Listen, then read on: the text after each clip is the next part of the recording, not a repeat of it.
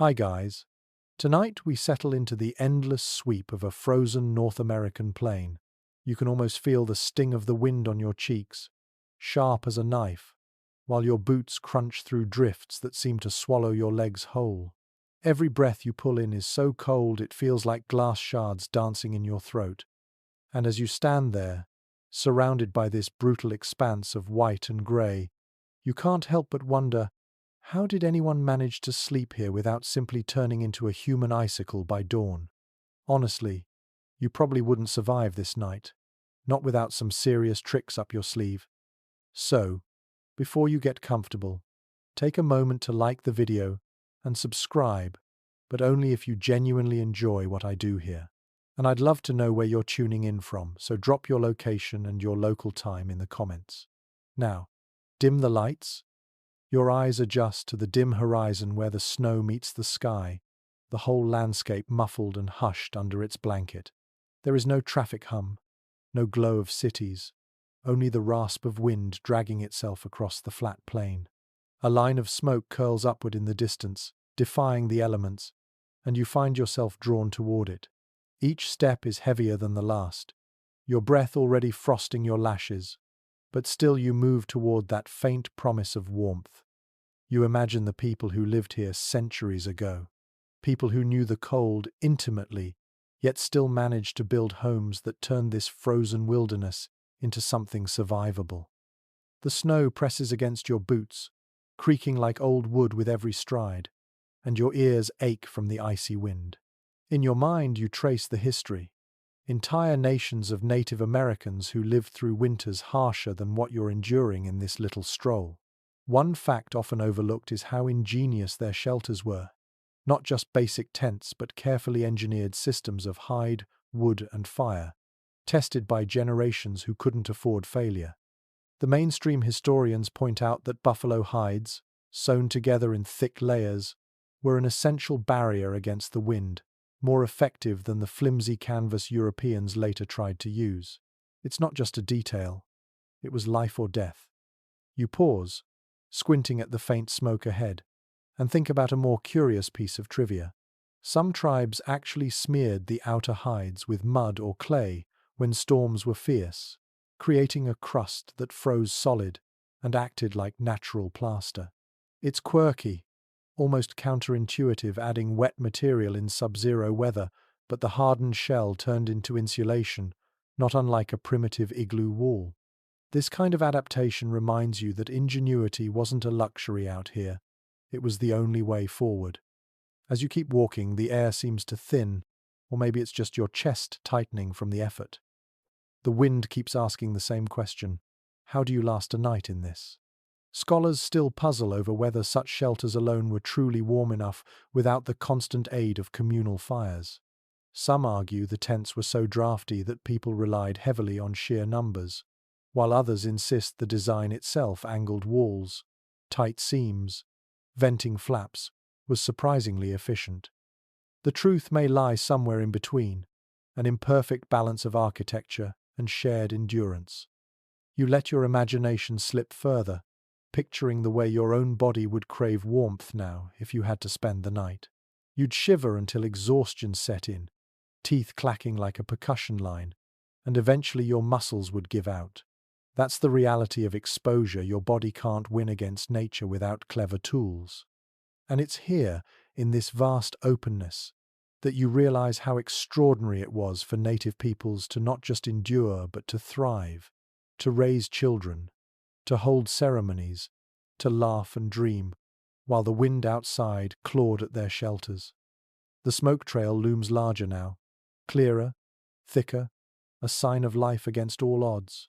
You picture a circle of tents gathered, their pointed tops rising from the snow like stubborn reeds in a frozen lake. Each one a beacon of survival, each one filled with stories you can almost hear if you close your eyes. Imagine stepping closer, your frozen boots crunching softly, the muffled bark of a dog, the distant cry of a baby swaddled in fur. The outside world is merciless, but inside those hide walls, there is light, heat, and a cocoon of human resilience. For a moment, you just stand there, your own breath drifting out in clouds, and you think about how the first lesson of surviving the night is simply to move toward the fire. Always toward the fire.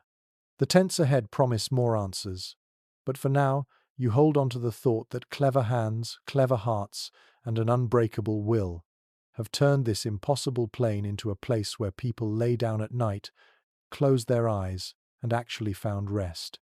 You step closer now, boots sinking into the drifted snow as the wind whistles around your ears.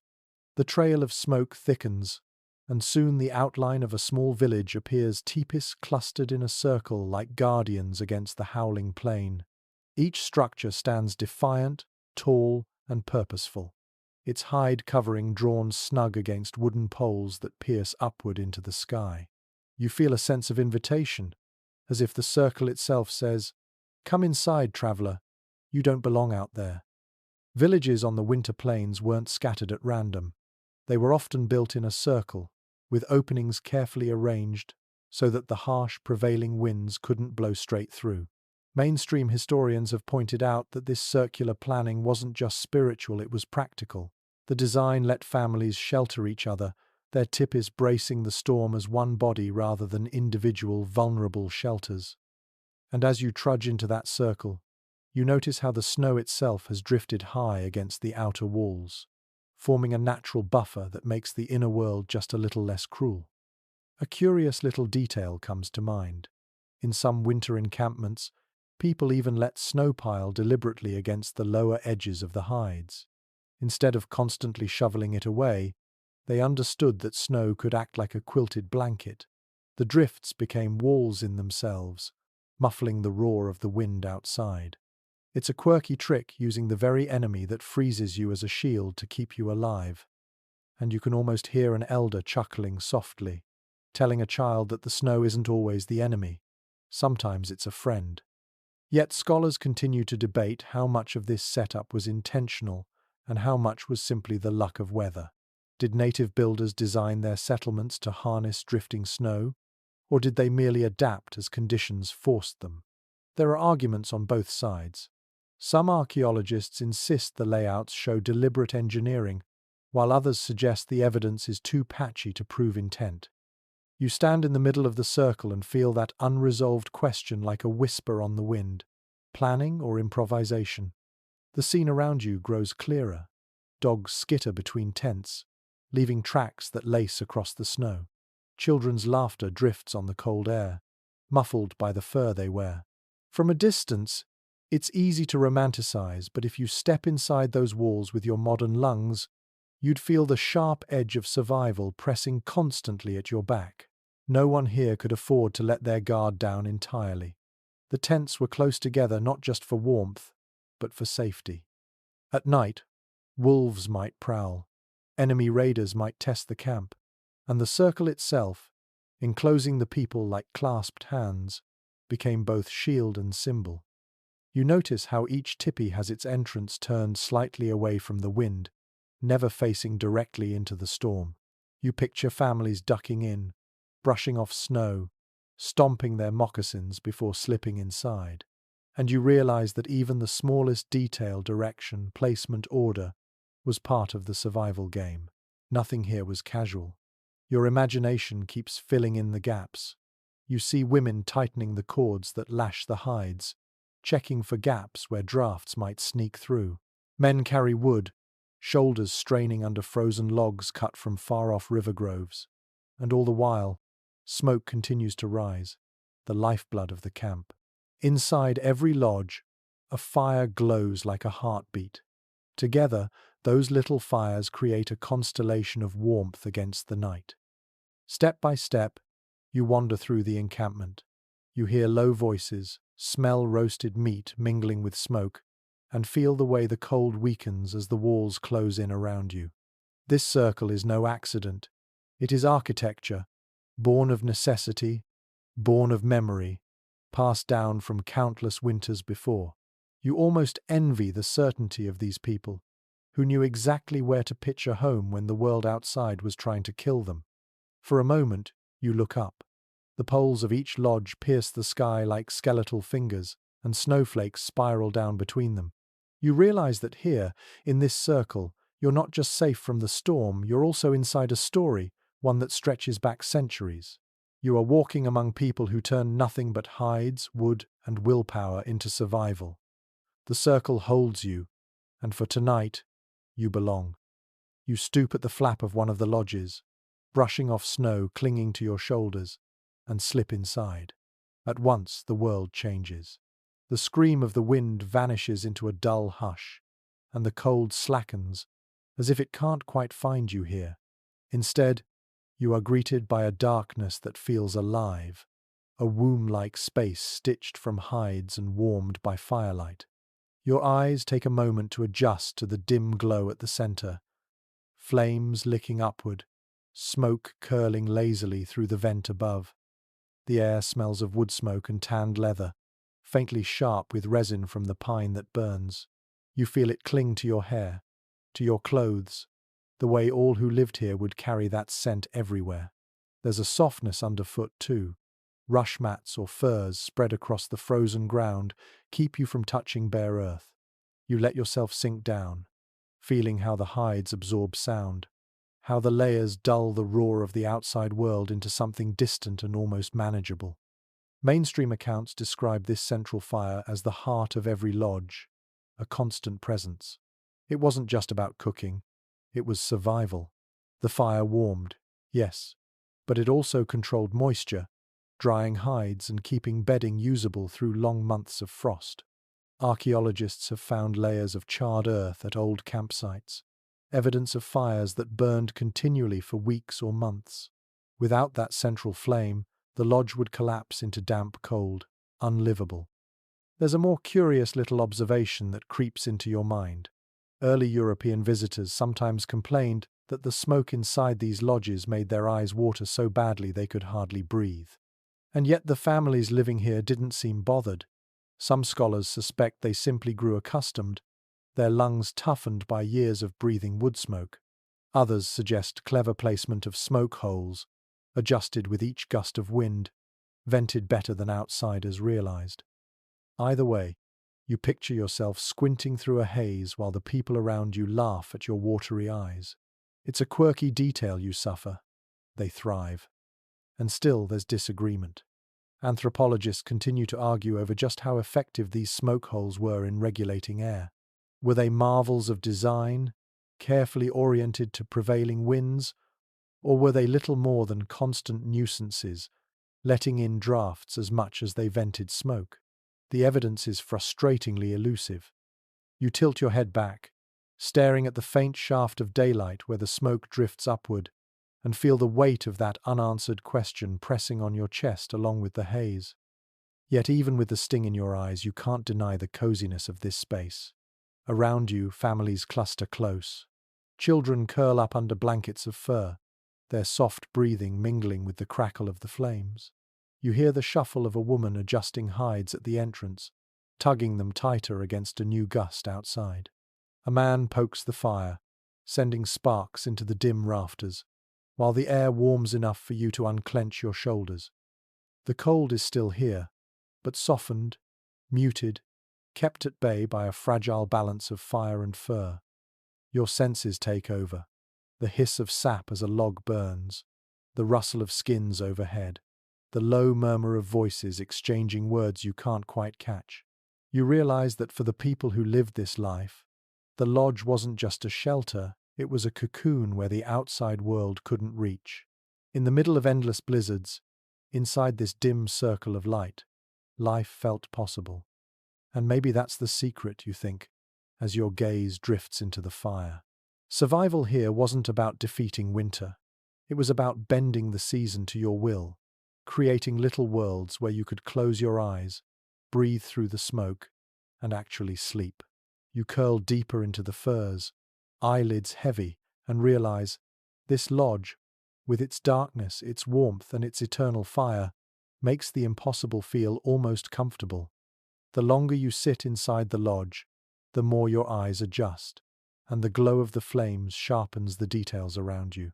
You notice the walls' thick layers of buffalo hides stitched tightly together and stretched over poles, heavy enough that the wind outside rattles but doesn't break through. The hides ripple faintly when a stronger gust presses against them, but mostly they stand firm, like the walls of a fortress built from flesh and fiber instead of stone. Mainstream historians often remind us that buffalo hides were the lifeblood of plains peoples. They were clothing, food, tools, and here they were insulation.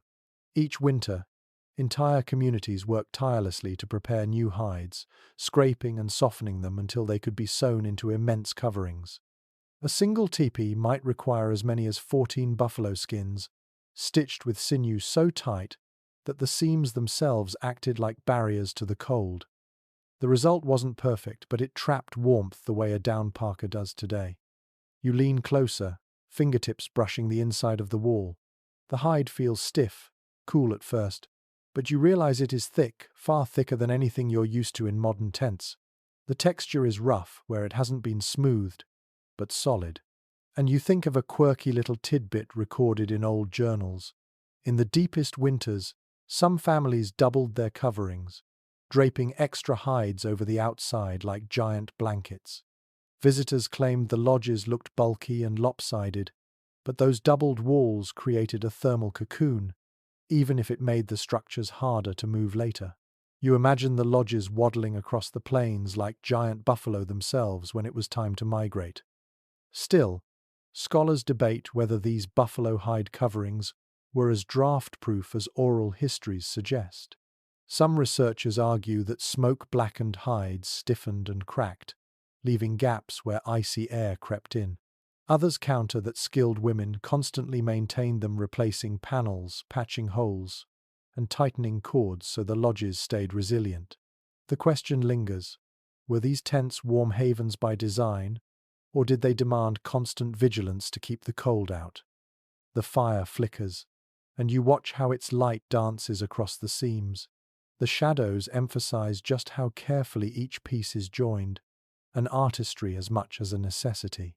You picture women sewing by lamplight, sinew thread pulled tight with practiced hands, children dozing beside them as the work continued late into the night. This wasn't decoration. It was survival stitched into every line. The soundscape inside deepens. The wind still drums faintly on the outside hides, a muffled percussion that never quite stops. But within the layered walls, the sound feels distant, like a storm you've locked out. You realize that every layer of hide isn't just a physical barrier, it's psychological armor. It lets families lie down at night with at least a little sense of safety. Without it, you'd spend the whole night flinching at every icy gust, never sleeping at all. You lean back, wrapped in furs, and trace the thought further.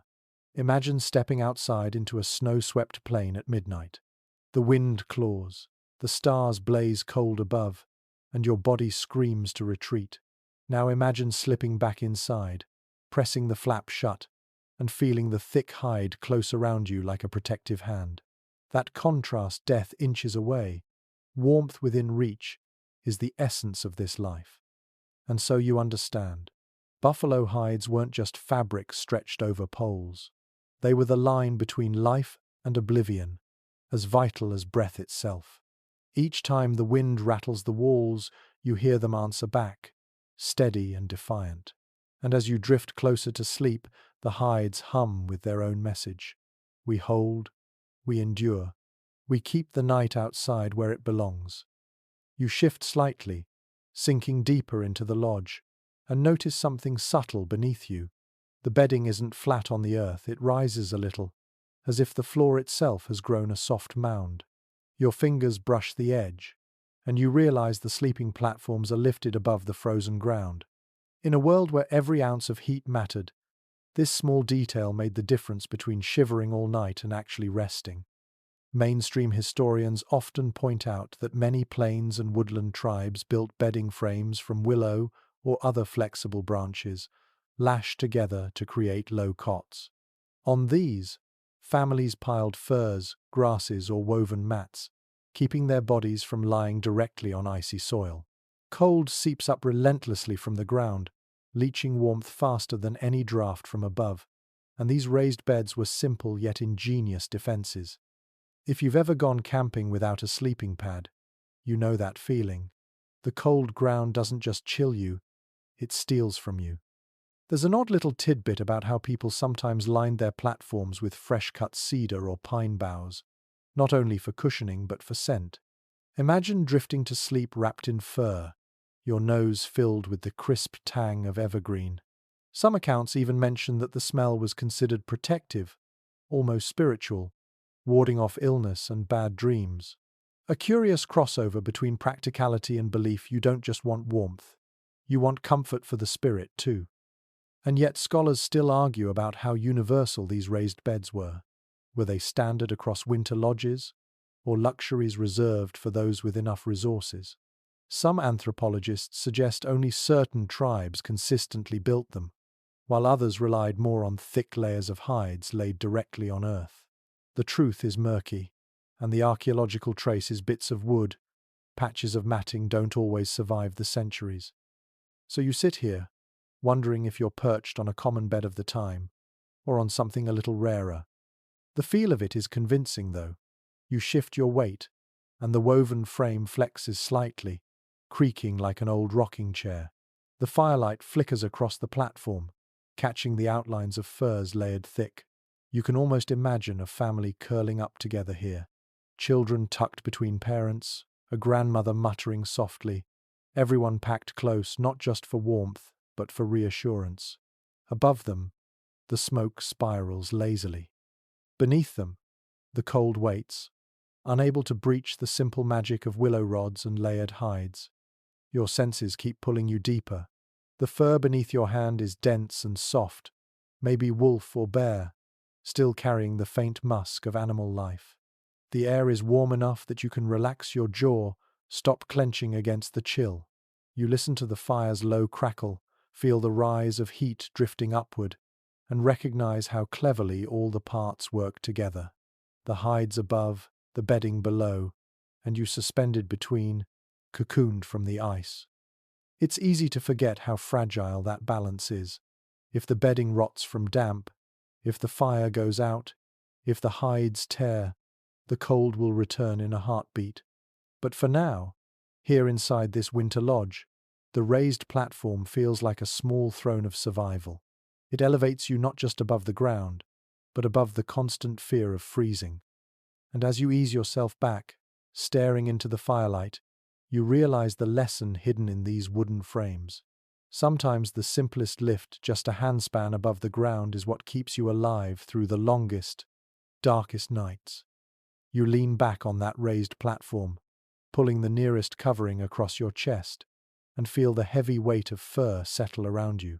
It's not a blanket in the modern sense. It's a quilt of pelts stitched together, each piece carrying the warmth of an animal that once roamed these same plains. Bison, deer, elk, even fox, layer upon layer, trapping air the way modern sleeping bags do, only heavier, more primal. The sensation is immediate. The cold withdraws, chased from your skin, and you sink into a cocoon thick enough to muffle the outside world. Historians point out that winter bedding in native lodges was a complex art, not just a heap of hides. Women often sewed fur into patchwork blankets, their stitches as deliberate as those used to make the lodge itself. These coverings were prized possessions, sometimes handed down through families, and they became as central to survival as the fire in the hearth. When explorers first described them, they marveled at the sheer volume, piles of fur so dense that a person could vanish beneath, warm enough to endure nights when frost crept even into the marrow of the bones. But there's also a quirky little footnote here. Some tribes didn't just use fur, they layered in feathers. Goose down and duck feathers were stuffed into covers, making them softer and lighter than heavy hides. Imagine lying beneath a patchwork of downy quilts, the feathers rustling faintly as you shift. It sounds luxurious, almost decadent, and yet it was born not from indulgence but from resourcefulness. Every scrap had a purpose. Nothing was wasted. Scholars remain divided on how common these feather-filled coverings were. Some argue that only certain woodland groups with access to waterfowl could produce them regularly. Others claim trade networks carried such bedding far across the continent, meaning even a plains tepee might hold a quilt heavy with down. The records are ambiguous, the evidence fragmentary. So you're left to wonder, tucked under this imagined quilt, are you resting beneath an everyday comfort, or under the rare spoils of a particularly well-prepared family? Your senses wander as you imagine the feel. The fur closest to your skin is soft, warmed by your body almost instantly. Beneath that, heavier pelts buffalo, perhaps pressed down like a weighted blanket, reassuring in their gravity. You inhale the faint scent of smoke embedded in every fiber, a perfume of survival that no amount of scrubbing could erase. Outside, the wind lashes the lodge, but here beneath your coverings, the world feels distant, powerless. It strikes you, too, that these quilts weren't just practical, they were intimate. A family's story was literally stitched into them. Hunts remembered, animals honored, scraps reused from generations past. When you pulled one over yourself, you weren't just wrapping in warmth, you were wrapping in memory. The hides whispered of the plains, of rivers crossed, of hunts completed. They were history you could sleep beneath. As the fire crackles lower, you draw the covers tighter, listening to the muffled world around you, children turning in their sleep, a baby sighing softly, someone stoking embers with a careful hand.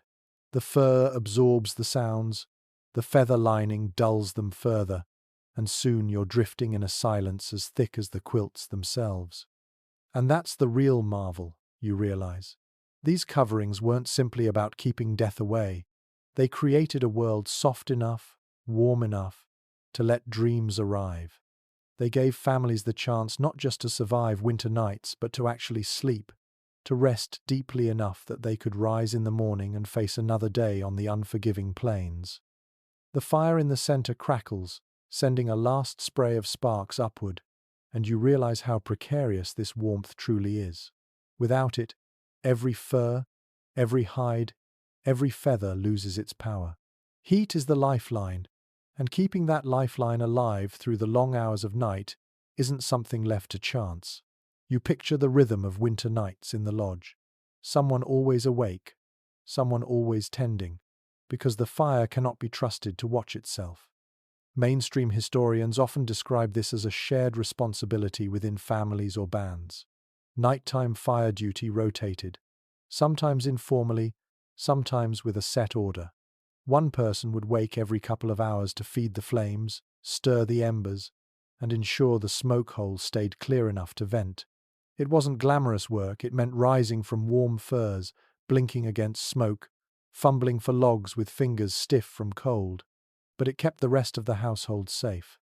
A fire that died overnight could mean frostbitten faces by dawn, or worse, bodies too stiff to rise again.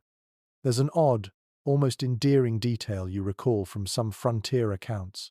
Children, eager to prove their usefulness, sometimes begged for the chance to tend the fire. Elders would allow it, under watchful eyes, teaching them how to poke embers just so, how to place logs so they caught without smoking everyone awake. You can imagine a child grinning proudly in the glow of the flames, whispering to themselves that they were keeping the whole family alive.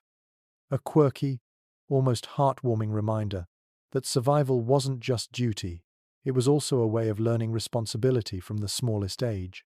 Yet historians still wrangle with a simple but nagging question. How effective were these constant shifts? Did fires really burn hot enough, long enough, to sustain warmth through the coldest nights?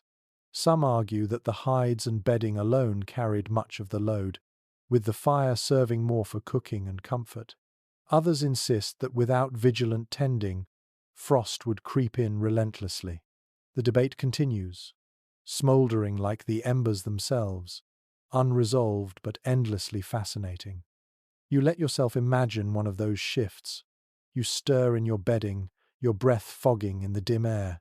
Someone rises beside you, maybe a father, maybe an aunt, and pads quietly to the fire. The sound of logs shifting is soft but reassuring.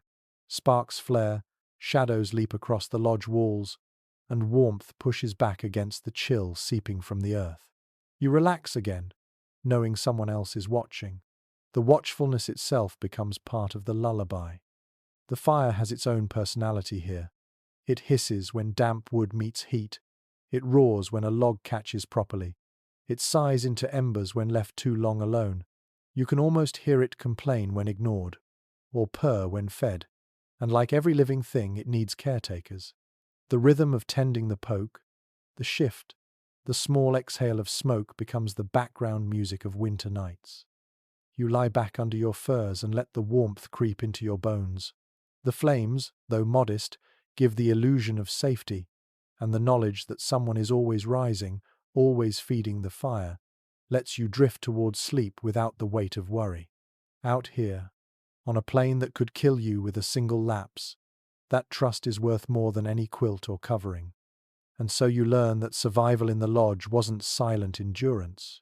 It was teamwork, vigilance, and the quiet hum of duty shared between generations. Each log tossed onto the flames was a promise whispered in the dark. We will keep you warm until morning. The fire glows steadily, but you notice another trick at play. Near the edge of the lodge, someone has slipped smooth stones close to the flames.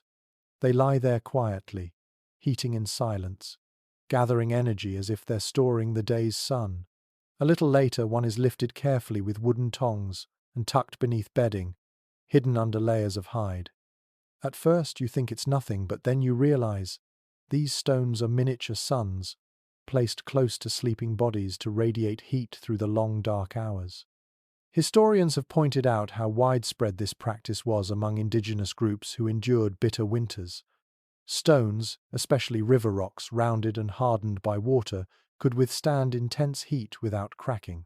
Once warmed, they became steady radiators, glowing invisibly beneath hides, warming feet, keeping frostbite at bay. This wasn't just clever, it was survival distilled to its simplest form. You didn't need iron stoves or coal furnaces. You needed fire, stone, and patience. And there's a delightful, almost playful tidbit tied to these glowing rocks.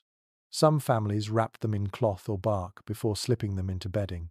Children would sometimes treat them like pets, snuggling against their stone dogs or fire babies, laughing as the warmth seeped through the wrappings.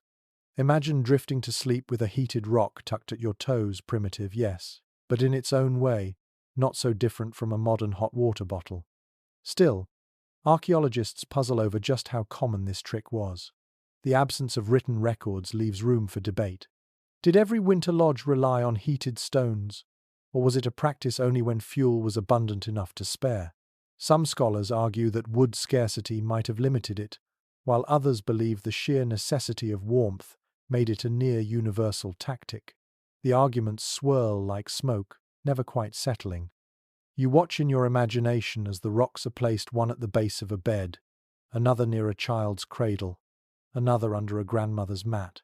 The warmth spreads slowly but surely, seeping into fur, softening stiff joints, easing muscles clenched against the cold. The glow is invisible, yet its presence is undeniable, a comfort that lingers long after the flames burn low. The sensory detail is vivid, the faint crackle as a hot stone touches damp fabric, the soft hiss of steam rising, the earthy smell released when stone meets heat. You can almost feel the contrast. Icy air on your face, steady warmth at your feet. It's a rhythm of hot and cold that balances strangely well, coaxing your body toward rest.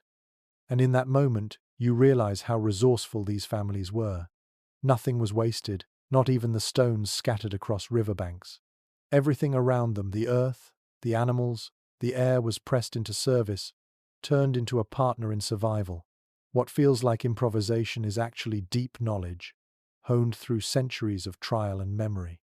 You settle yourself as if the stones were beneath your own bedding now, radiating heat up through your body.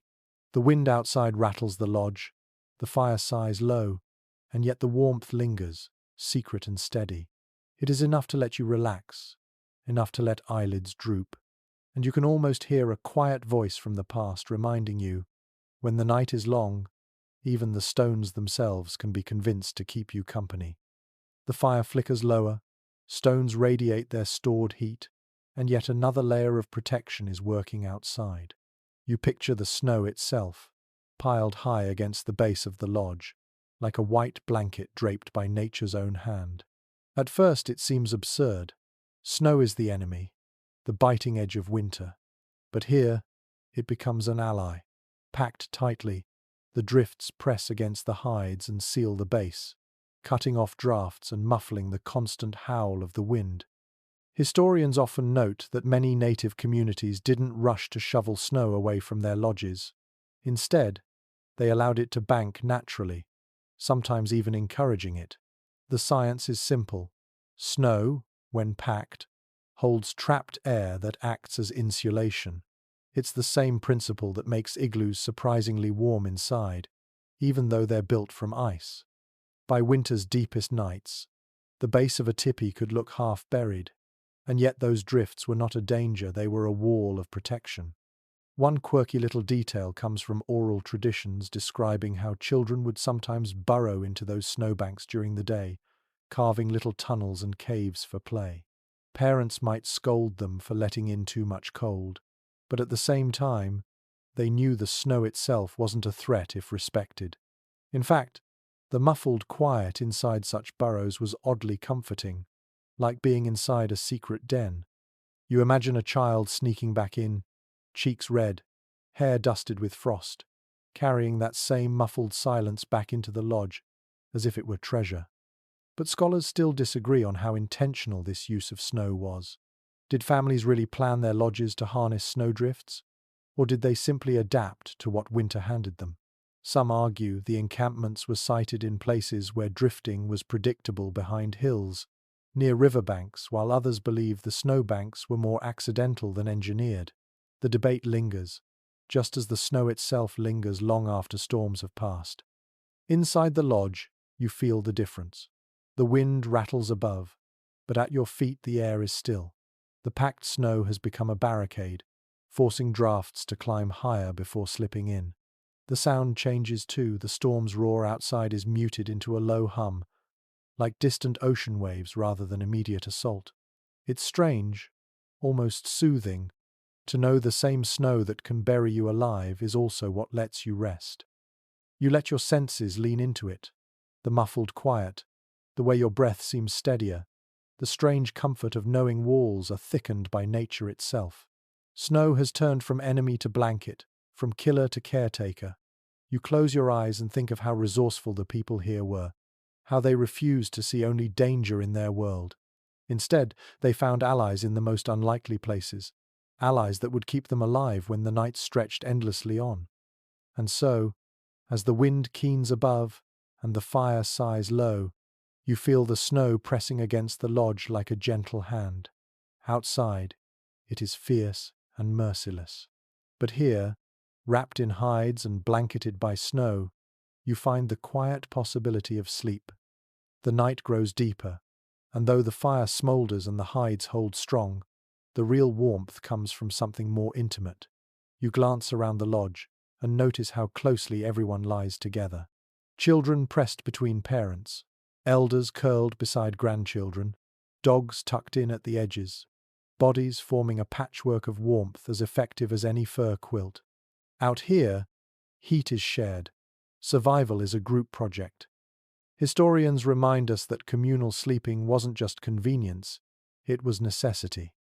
A single body loses heat quickly, but several pressed together create a small climate of their own. Families slept in tight clusters, breathing in unison, their warmth mingling and circulating under heavy hides. This arrangement echoes across cultures, from Roman soldiers huddling under one cloak to Arctic hunters sharing snow shelters, and in every case, it works. Body heat was the cheapest, most reliable fuel available. There's a quirky little tidbit passed down in oral stories. Sometimes children would be tucked between two adults not only for comfort but as living insulation. Parents joked that the little ones were like hot stones, radiating warmth both ways. In the morning, when everyone stirred, laughter often broke out at how hair stuck in wild directions from so much closeness. You imagine the scene: groggy smiles, a grandmother patting a grandchild's tangled head, everyone amused that warmth could be funny too. And yet scholars still argue over how widespread this practice was in winter lodges. Some accounts describe entire extended families, 3 generations deep, all pressed into one lodge. Others suggest that larger bands split into smaller households for privacy, even if it meant less shared warmth. The evidence isn't neat, leaving room for speculation. Was communal huddling universal or situational? Did cultural norms or weather severity decide who slept with whom? You lean into the image of such a night. The soundscape is intimate, soft breathing, occasional snores, a child's whimper hushed by a gentle hand. The warmth is palpable, not just physical but emotional, the sense that you are never truly alone in the dark.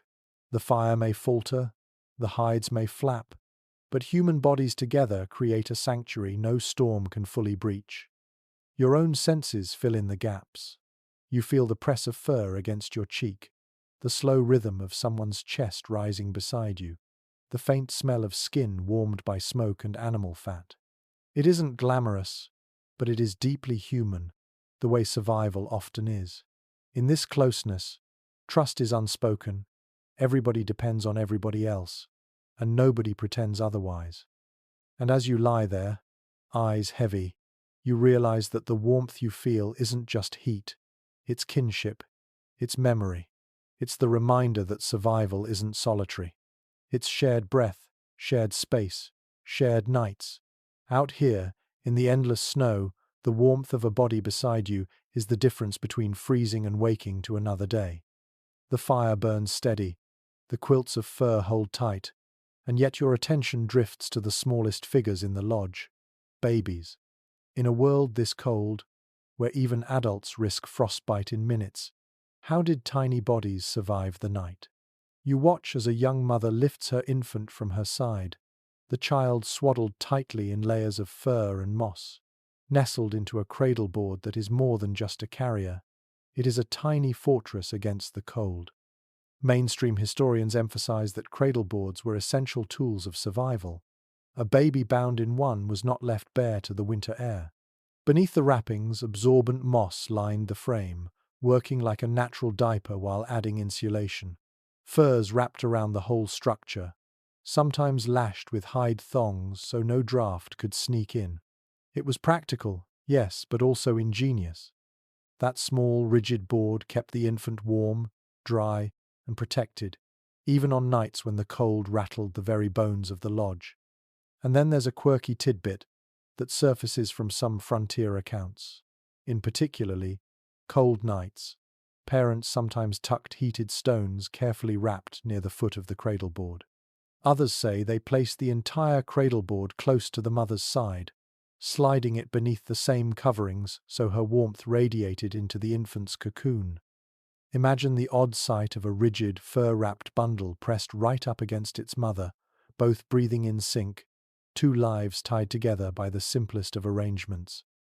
But scholars continue to argue over whether infants were always kept in cradle boards through the night or if, in winter, swaddling alone was more common.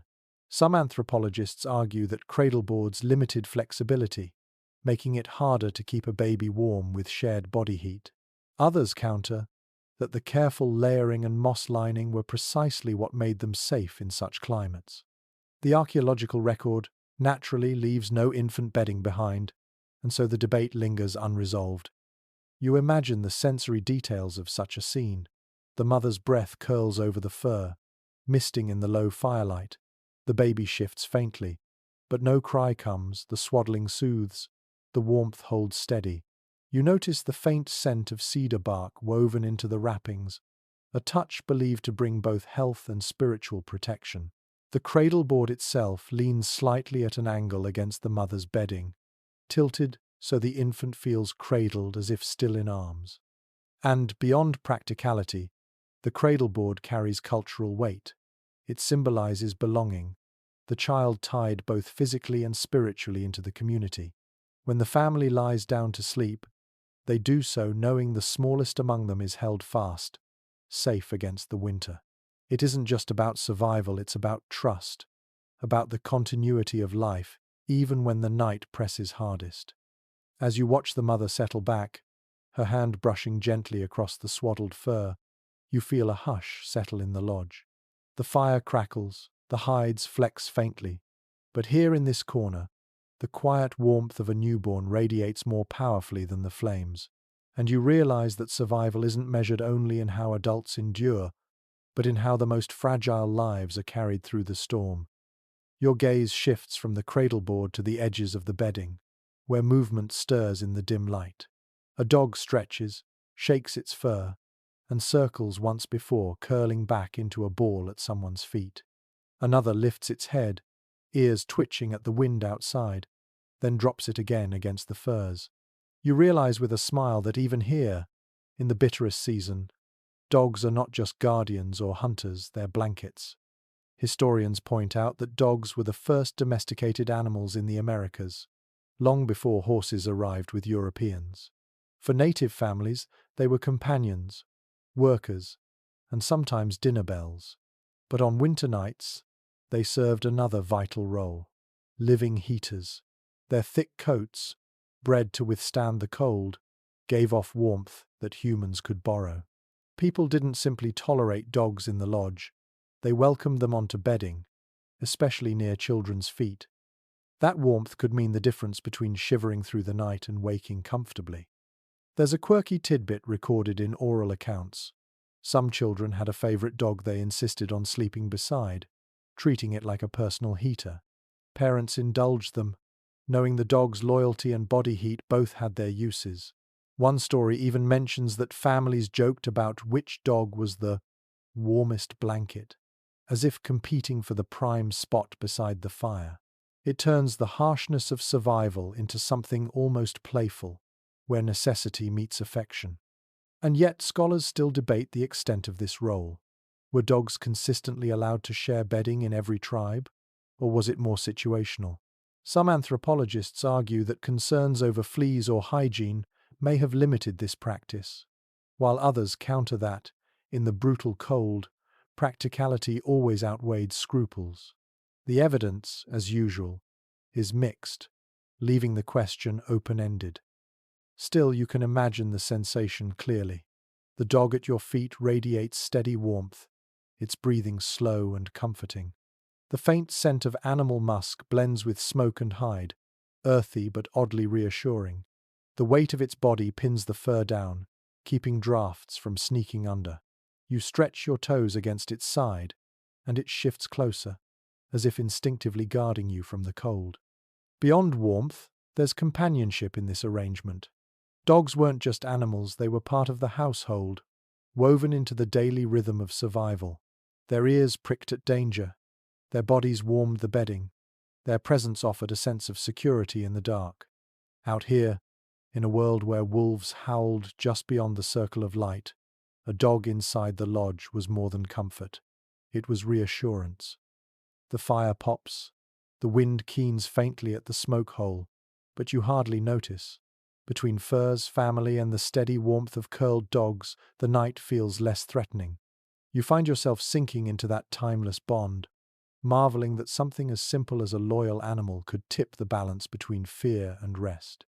And so you drift, warmed not only by hides and fire, but by the steady breath of companions who never questioned their place at your side. Survival here wasn't solitary. Even the dogs helped carry it through the long, frozen night. The dogs settle, the fire hums, and yet your eyes are drawn upward. Above the glowing circle of flames, smoke gathers in a wavering column, slipping out through a hole at the top of the lodge. You realize this opening is no accident. It's the smoke hole, that strange compromise between warmth and breathability. Without it, the lodge would choke in its own haze. With it, the bitter air can creep in. It's a delicate balance, argued about as fiercely in camp as it is among scholars centuries later. Historians often emphasize that smoke holes were adjustable. A flap of hide could be tied open or closed, depending on the wind, with poles used to shift its angle. Families became meteorologists of the night, reading gusts by ear and instinct, adjusting the vent so smoke escaped without inviting drafts. You imagine someone stirring at midnight, tugging a cord to tilt the flap, muttering softly as they tried to appease both fire and frost. There's a quirky tidbit from some oral traditions. People told stories of spirits that rode the smoke, slipping through the hole to carry prayers to the sky. Children sometimes whispered wishes into the rising haze, half game, half belief. The smoke hole wasn't just ventilation, it was a portal, a bridge between worlds. To a tired child staring upward in the dark, the glowing shaft of sparks might look like a ladder for ancestors. Yet scholars continue to debate how efficient these openings really were. Some argue that smoke holes in buffalo hide tepees let out too much heat to be truly effective, making interiors far colder than memory suggests. Others counter that proper angling and overlapping hides created a chimney effect that drew smoke upward while minimizing drafts. Archaeological data is scarce, and so the argument smolders unresolved, much like the embers beneath you. You lie back, studying the vent above. Cold air seeps faintly along the edges, kissing your cheeks. But without it, the smoke would sting your lungs, blur your eyes, and make sleep impossible. The trade-off is inescapable. Breathe easier and risk a chill, or seal tight and suffocate slowly. The people who lived here didn't theorize, they adapted, shifting hides as naturally as you might adjust a window. Your senses drink in the detail. The faint glow of sparks rises through the smoke hole, bright against the dark sky beyond. The wind sometimes moans through the gap, a soft flute-like sound that twines with the fire's hiss. The smell of wood smoke clings to your skin, sharp but oddly comforting, as if reminding you you're alive with each breath. It dawns on you that the smoke hole is more than architecture. It is compromise embodied. Every winter lodge carried this small, necessary weakness, an opening that could not be fully sealed, a vulnerability that made life possible. And as you watch the sparks vanish into the night, you feel the strange reassurance of it, that survival isn't about perfection, but about learning to live with small losses. You lie there under the quilts of fur, warmed by fire and by dogs curled at your feet, when suddenly the wind rises again. It lashes the lodge with a force that makes the hides tremble. The poles groan faintly overhead. For a moment, you are reminded that outside this fragile shelter stretches a plain of endless cold, and yet inside, the storm takes on a different sound. It is muffled, softened, transformed into something you can almost fall asleep to. Historians have noted how the acoustics of a hide-covered lodge created a unique soundscape. Wind that would howl brutally in the open air drummed gently against the taut surfaces, turning violence into rhythm. The hides acted like a giant drumskin, vibrating with each gust. For families huddled inside, this steady percussion became part of the night. Some accounts even describe it as comforting, a reminder that while winter raged outside, the lodge was holding firm. There's a quirky tidbit in oral lore. Children sometimes pretended the wind was a giant animal pawing at their lodge trying to get in. They laughed at the thumps and flutters, turning fear into play. Parents encouraged these stories, perhaps because they lessened the terror of storms that could last for days. You picture a little one giggling under the furs, whispering that the sky bear is scratching again. Yet scholars still debate just how secure these lodges were against the fiercest blizzards. Some argue that no matter how tightly hides were lashed, snow and wind inevitably found their way in, chilling the interior. Others suggest that with enough layers and constant attention, the lodges were remarkably resilient, keeping families surprisingly warm even in brutal conditions. The archaeological record leaves only post holes and charred fire pits, so the arguments remain unresolved, like the sigh of wind through poles. The sensory experience is unmistakable. The wind outside roars, but here it becomes a muted heartbeat against the walls. The fire cracks in counterpoint, offering its own rhythm. Together, they form a lullaby of survival, the storm and the hearth singing in duet. You feel the vibration of each gust through the floor, a low thrum that travels up your spine, not frightening but grounding. It's the music of winter life, unavoidable yet strangely reassuring. You breathe deeply, filling your lungs with smoke-tinged air, and realize how the sound changes your perception of the storm. Outside, you would hear chaos. Inside, you hear persistence. The lodge doesn't silence the storm, it reshapes it into something survivable, even soothing. And as your eyes flutter heavy, you find yourself grateful for the steady drumming, a reminder that the world beyond may rage, but within these hides you are cradled in rhythm. The wind fades to a steady murmur, and with it your other senses heighten. You inhale, and the night delivers its own perfume. Wood smoke thick and sweet, leather warm from firelight, dried meat hanging in strips that give off a faintly savory tang. These are the smells of winter survival, stitched into the fabric of the lodge. You can almost taste them on your tongue, layered like the hides overhead. Historians often remind us that smoke wasn't merely a nuisance, it was preservation. Meats, fish, even berries were hung in the rafters where the fire's smoke curled. The constant exposure dried them, warded off rot and flavored them too. The lodge itself became both home and smokehouse. And the smell? It clung to everything: clothes, hair, bedding, even skin. For people inside, it was the smell of comfort, of safety, of food waiting when storms made hunting impossible. There's a quirky little note from early European visitors who remarked that native lodges smelled so strongly of smoke and leather that they tasted it in their beards for weeks. Imagine stepping outside after a night here, carrying that scent wherever you went. For the villagers themselves, it was hardly noticed, just part of existence, as natural as the air itself. But scholars still wrangle over how healthy this smoky world was. Did constant inhalation of wood smoke damage lungs over generations, or did people adapt?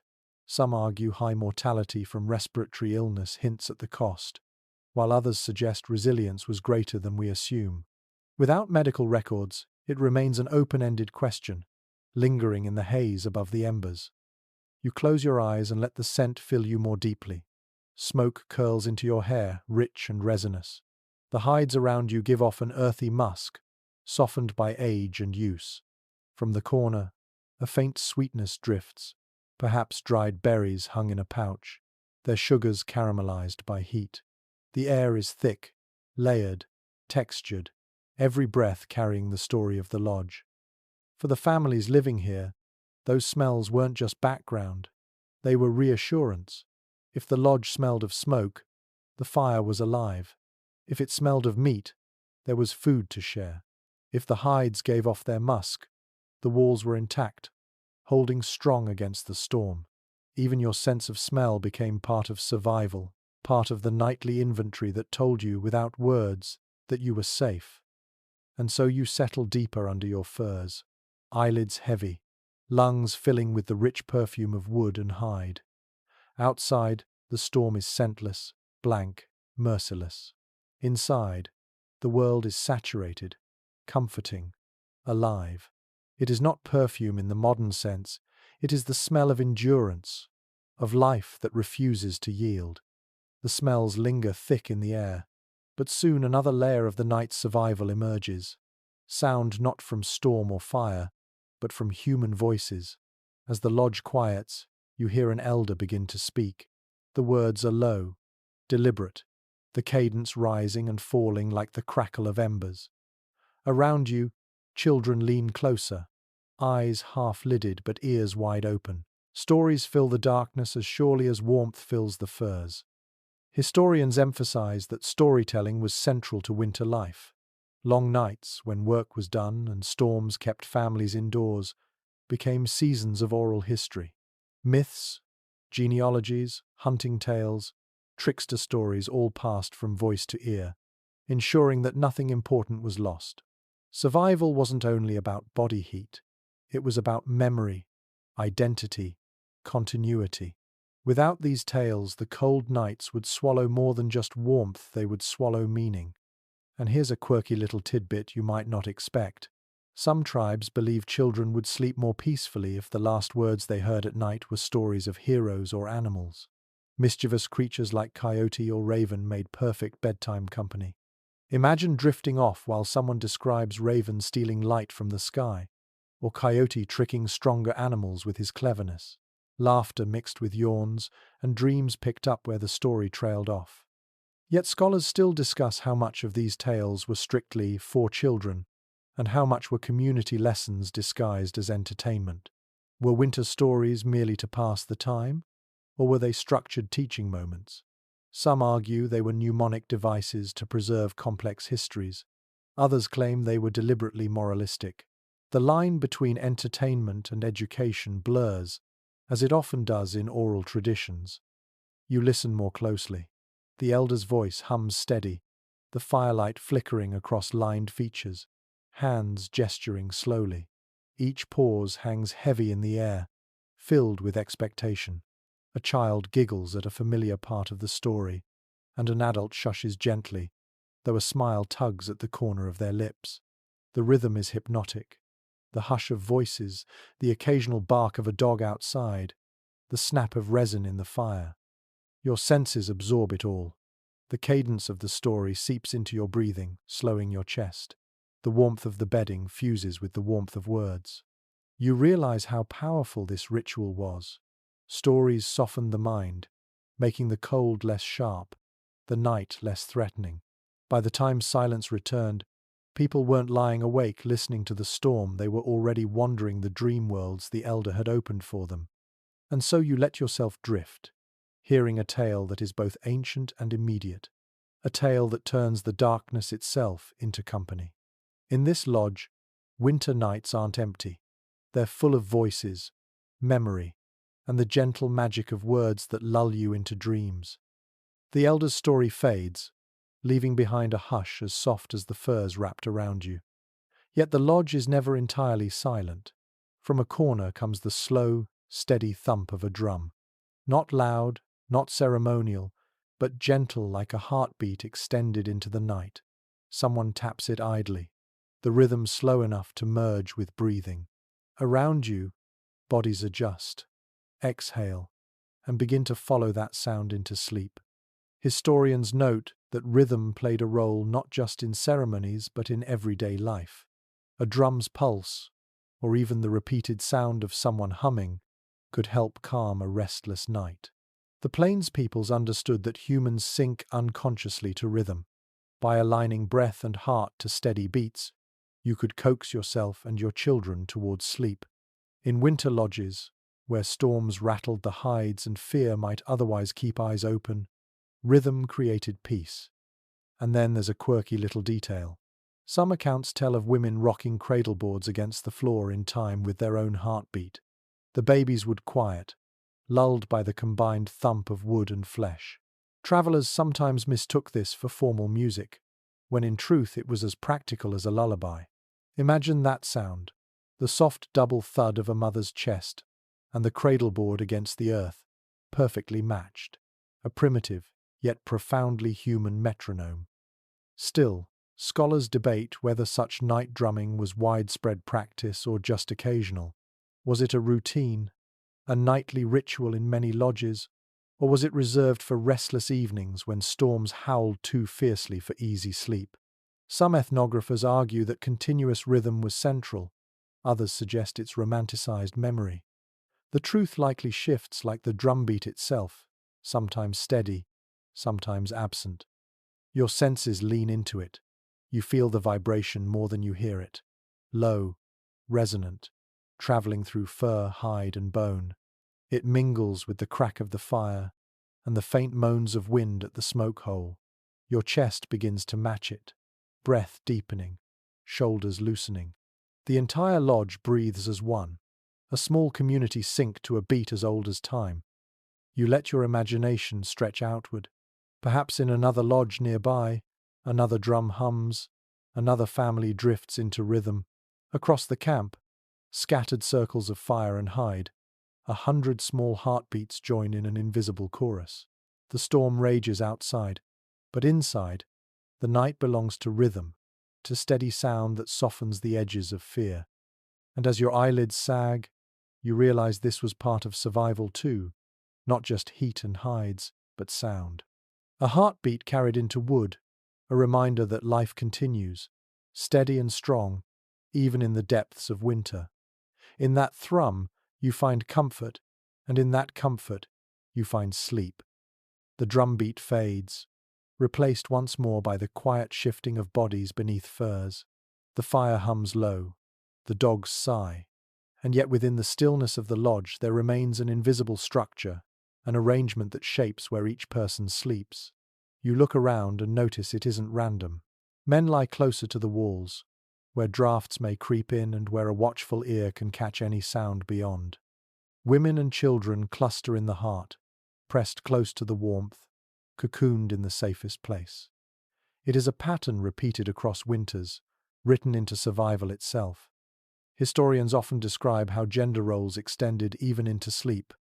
Among many plains tribes, men took the outer positions in the lodge, not because they were warmer, but because they were colder. They absorbed the edge of the drafts, their bodies forming the first line of protection against the outside world. Women, who nurtured the children and tended the fires, stayed toward the center where the heat collected. In this way, the very layout of rest mirrored the layout of life, each role complementary, each sacrifice part of the whole. And there's a quirky little tidbit whispered in old accounts. Sometimes men teased one another about who snored loudest, claiming it helped scare away evil spirits or even prowling animals outside the lodge. Imagine a family chuckling as a warrior's thunderous snoring rattled the hides, half amusement, half reassurance. In a world where wolves howled beyond the firelight, maybe a good snore really did sound like protection. Yet anthropologists still discuss how rigid these patterns were. Did all families strictly follow this placement, or did comfort often win out? Some evidence suggests the arrangement was flexible. Elders might be given the warmest place, or a mother with a newborn might sleep nearer the fire regardless of gender expectations. Others argue the arrangement held strong, a nightly rehearsal of communal duty.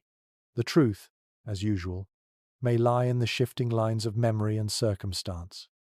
You take in the sensory detail of such a scene. To your left, a man shifts, his outline silhouetted against the faint draft creeping under the hide. His breath mists in the chill, but he does not stir fully awake. He has learned to endure that edge of cold. At your center, a woman draws a fur tighter around two small children, her hand gently pressing their backs as if to remind them they are safe. Near the fire, another elder stirs, tossing a log onto the embers with the instinct of someone who has done so 1,000 nights before. The arrangement is practical, but it is also deeply symbolic. The lodge becomes a microcosm of society itself. Men outward-facing, ready for danger. Women inward, guarding the future. Children at the very core, the flame around which everything else is arranged. In that circle, you see not just survival but philosophy, a living diagram of how these people understood themselves and their world. Your imagination drifts further. You think of how different this is from the individual beds and bedrooms of modern life. Here, privacy dissolves into closeness. Every cough, every shift, every sigh is shared. The smell of one's skin becomes the smell of all. You cannot separate yourself from the others, nor from their roles. In this lodge, you are one body with many parts, each keeping the others alive. There's an intimacy to this closeness that extends beyond warmth. Whispers travel easily in the dark, words exchange softly as children doze. A husband leans toward his wife, murmuring something that makes her lips curl into a smile even as she feigns sleep. Across the lodge, a grandmother hums faintly, her voice so low it blends with the fire's crackle. The arrangement isn't only defensive, it is deeply human, layered with affection and memory. And yet the scholar's question lingers in the background. Was this rigidly prescribed, or was it fluid like so much of life? Perhaps the arrangement changed night by night, storm by storm. Perhaps the rule was less a rule and more a rhythm, flexible as breath itself. The evidence is murky, leaving you with the picture but not the certainty. You imagine the physical sensations of this placement. On the outer edge, the floor feels colder, and the hides flutter more often with gusts of wind. Your shoulder brushes against the taut wall, vibrating faintly with each storm beat. Toward the center, the warmth grows thicker, layered by bodies as much as furs. The air is richer here, heavy with smoke and breath. You move inward and feel your muscles release, the cold at your extremities easing. The contrast is stark, a bodily reminder of why the arrangement mattered. And then there is the symbolism again, tugging at you. In the heart of the storm, this small circle has drawn its own map of the world, its edges braced by guardians, its center cradling the future. To live this way is to sleep each night inside a story of who you are and what you owe. Each body position is a promise whispered without words. I will guard you. I will keep you warm. I will see you safely to morning. Outside, the wind claws still, wolves pacing beyond the glow. But inside, the pattern holds, night after night, generation after generation. And as you nestle deeper into your imagined place at the center, you feel the immense comfort of that order. It is not a prison, not a restriction.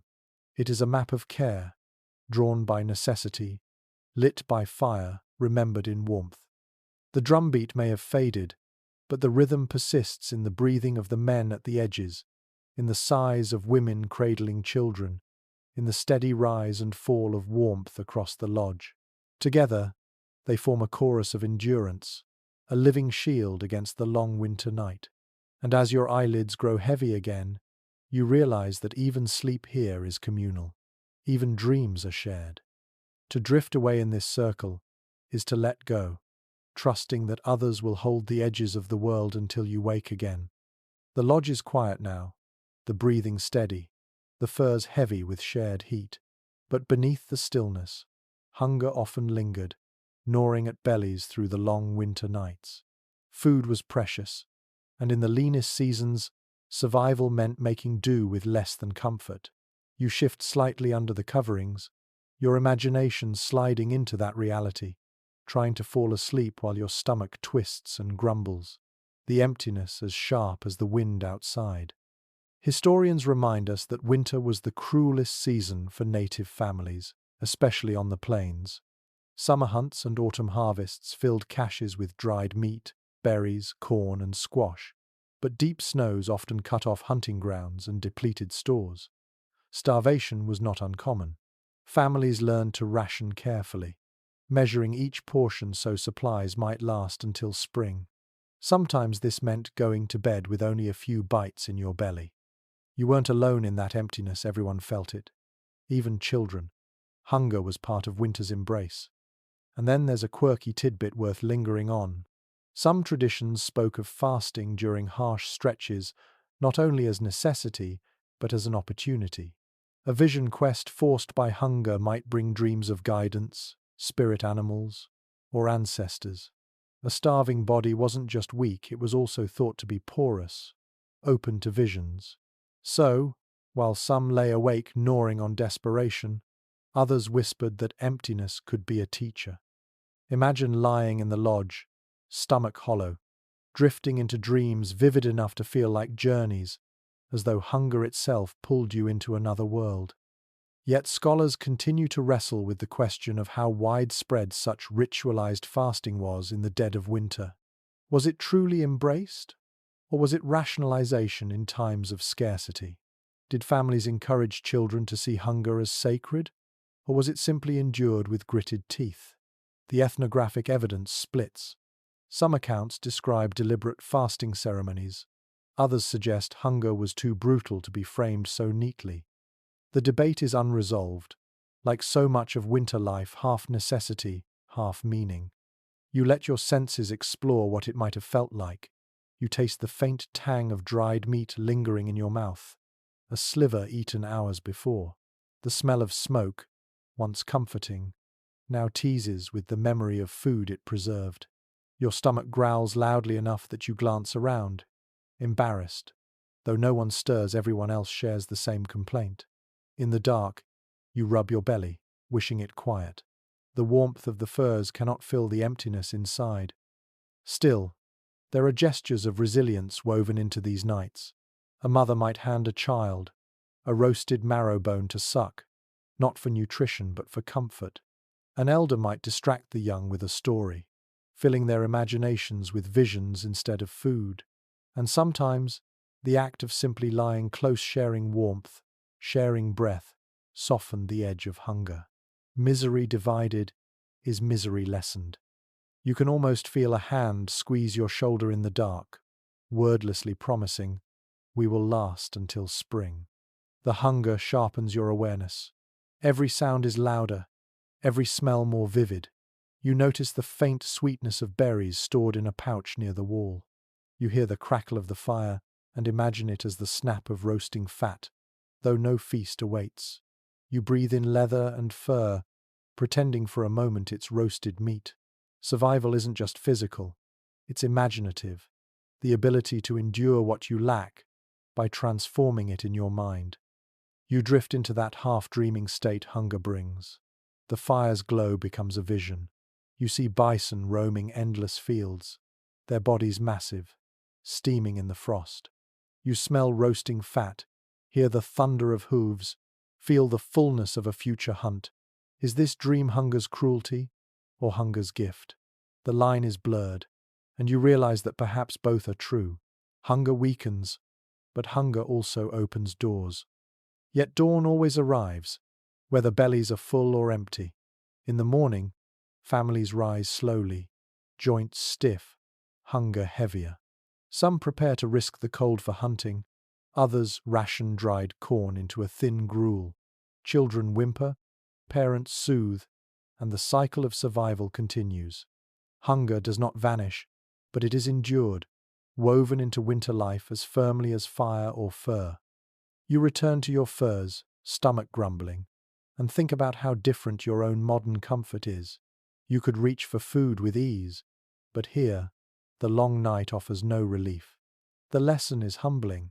Survival in the winter lodge was never guaranteed, even with fire and hides. It required patience, rationing, and sometimes the willingness to dream through the emptiness. And so you curl tighter, acknowledging the hunger as part of the night. It sharpens, it softens, it teaches. The storm outside rages on, but in here, even with nothing in your belly, you cling to the warmth, the closeness, and the stubborn knowledge that morning will come. The fire flickers low again, its light rolling shadows across the hides, and you notice something subtle yet ingenious. The bedding and coverings you rest under are not just purpose-made quilts. They are also the very clothes worn in the day.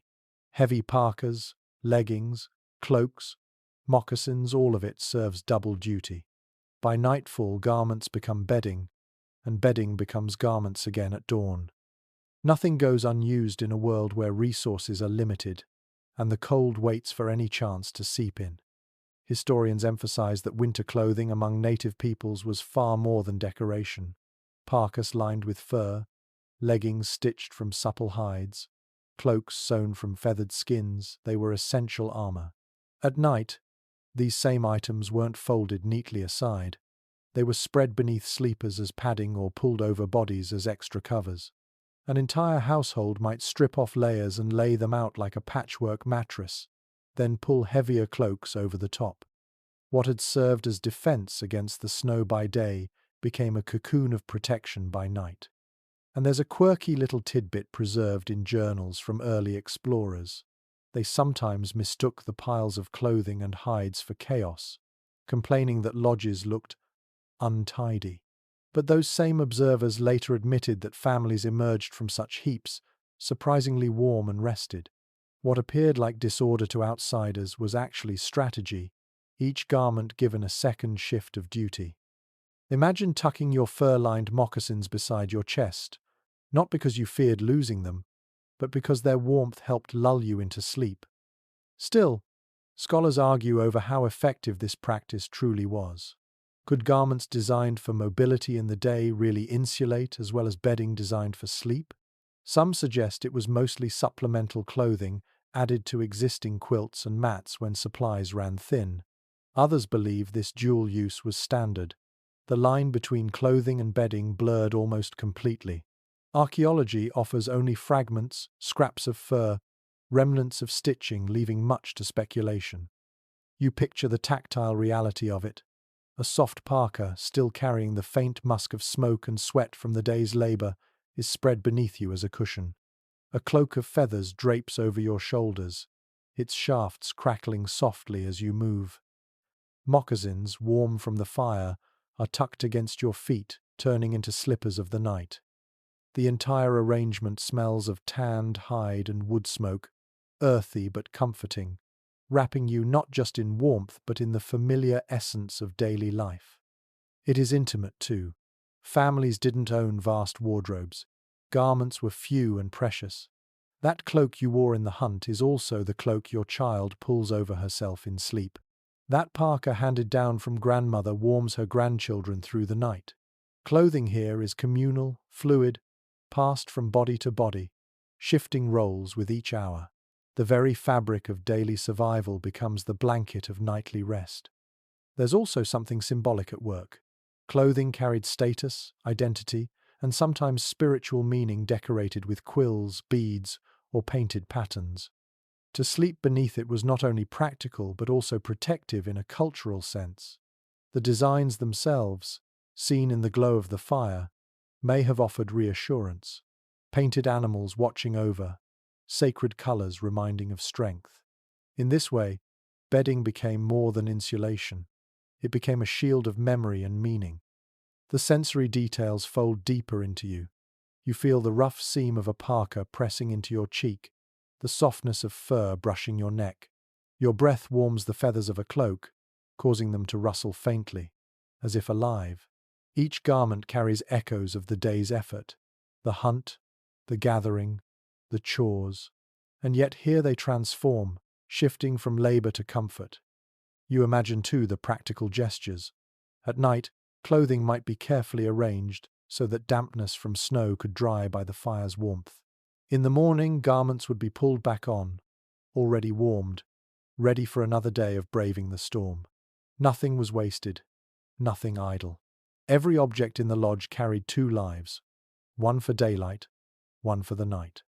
And it strikes you, as you drift further into this imagined warmth, that survival wasn't only about inventing new things, it was also about bending what you already had to multiple purposes. A parka is not just a parka, it is also a mattress, a quilt, a comfort for a child. A cloak is not just clothing, it is also a shield for dreams. The ingenuity here lies in refusing to separate life into compartments. Day and night blur, garment and bedding blend, practicality and intimacy intertwine. Outside, the storm claws still, but inside you are wrapped in layers that carry both memory and meaning. You feel the garments heavy on your chest, smell the smoke woven into their fibers, and realize how clever this system truly was. No object lies idle. Everything works together. And so, as your eyelids sag again, you learn a lesson whispered by centuries of survival. Sometimes the things that protect you by day must follow you into night, guarding not just your body but your dreams. The night stretches on, and though the lodge feels like a cocoon, not everyone sleeps deeply until dawn. Someone always rises, not only to feed the fire but to step outside. The flap stirs, cold air rushes in, and you hear soft footsteps crunch into snow.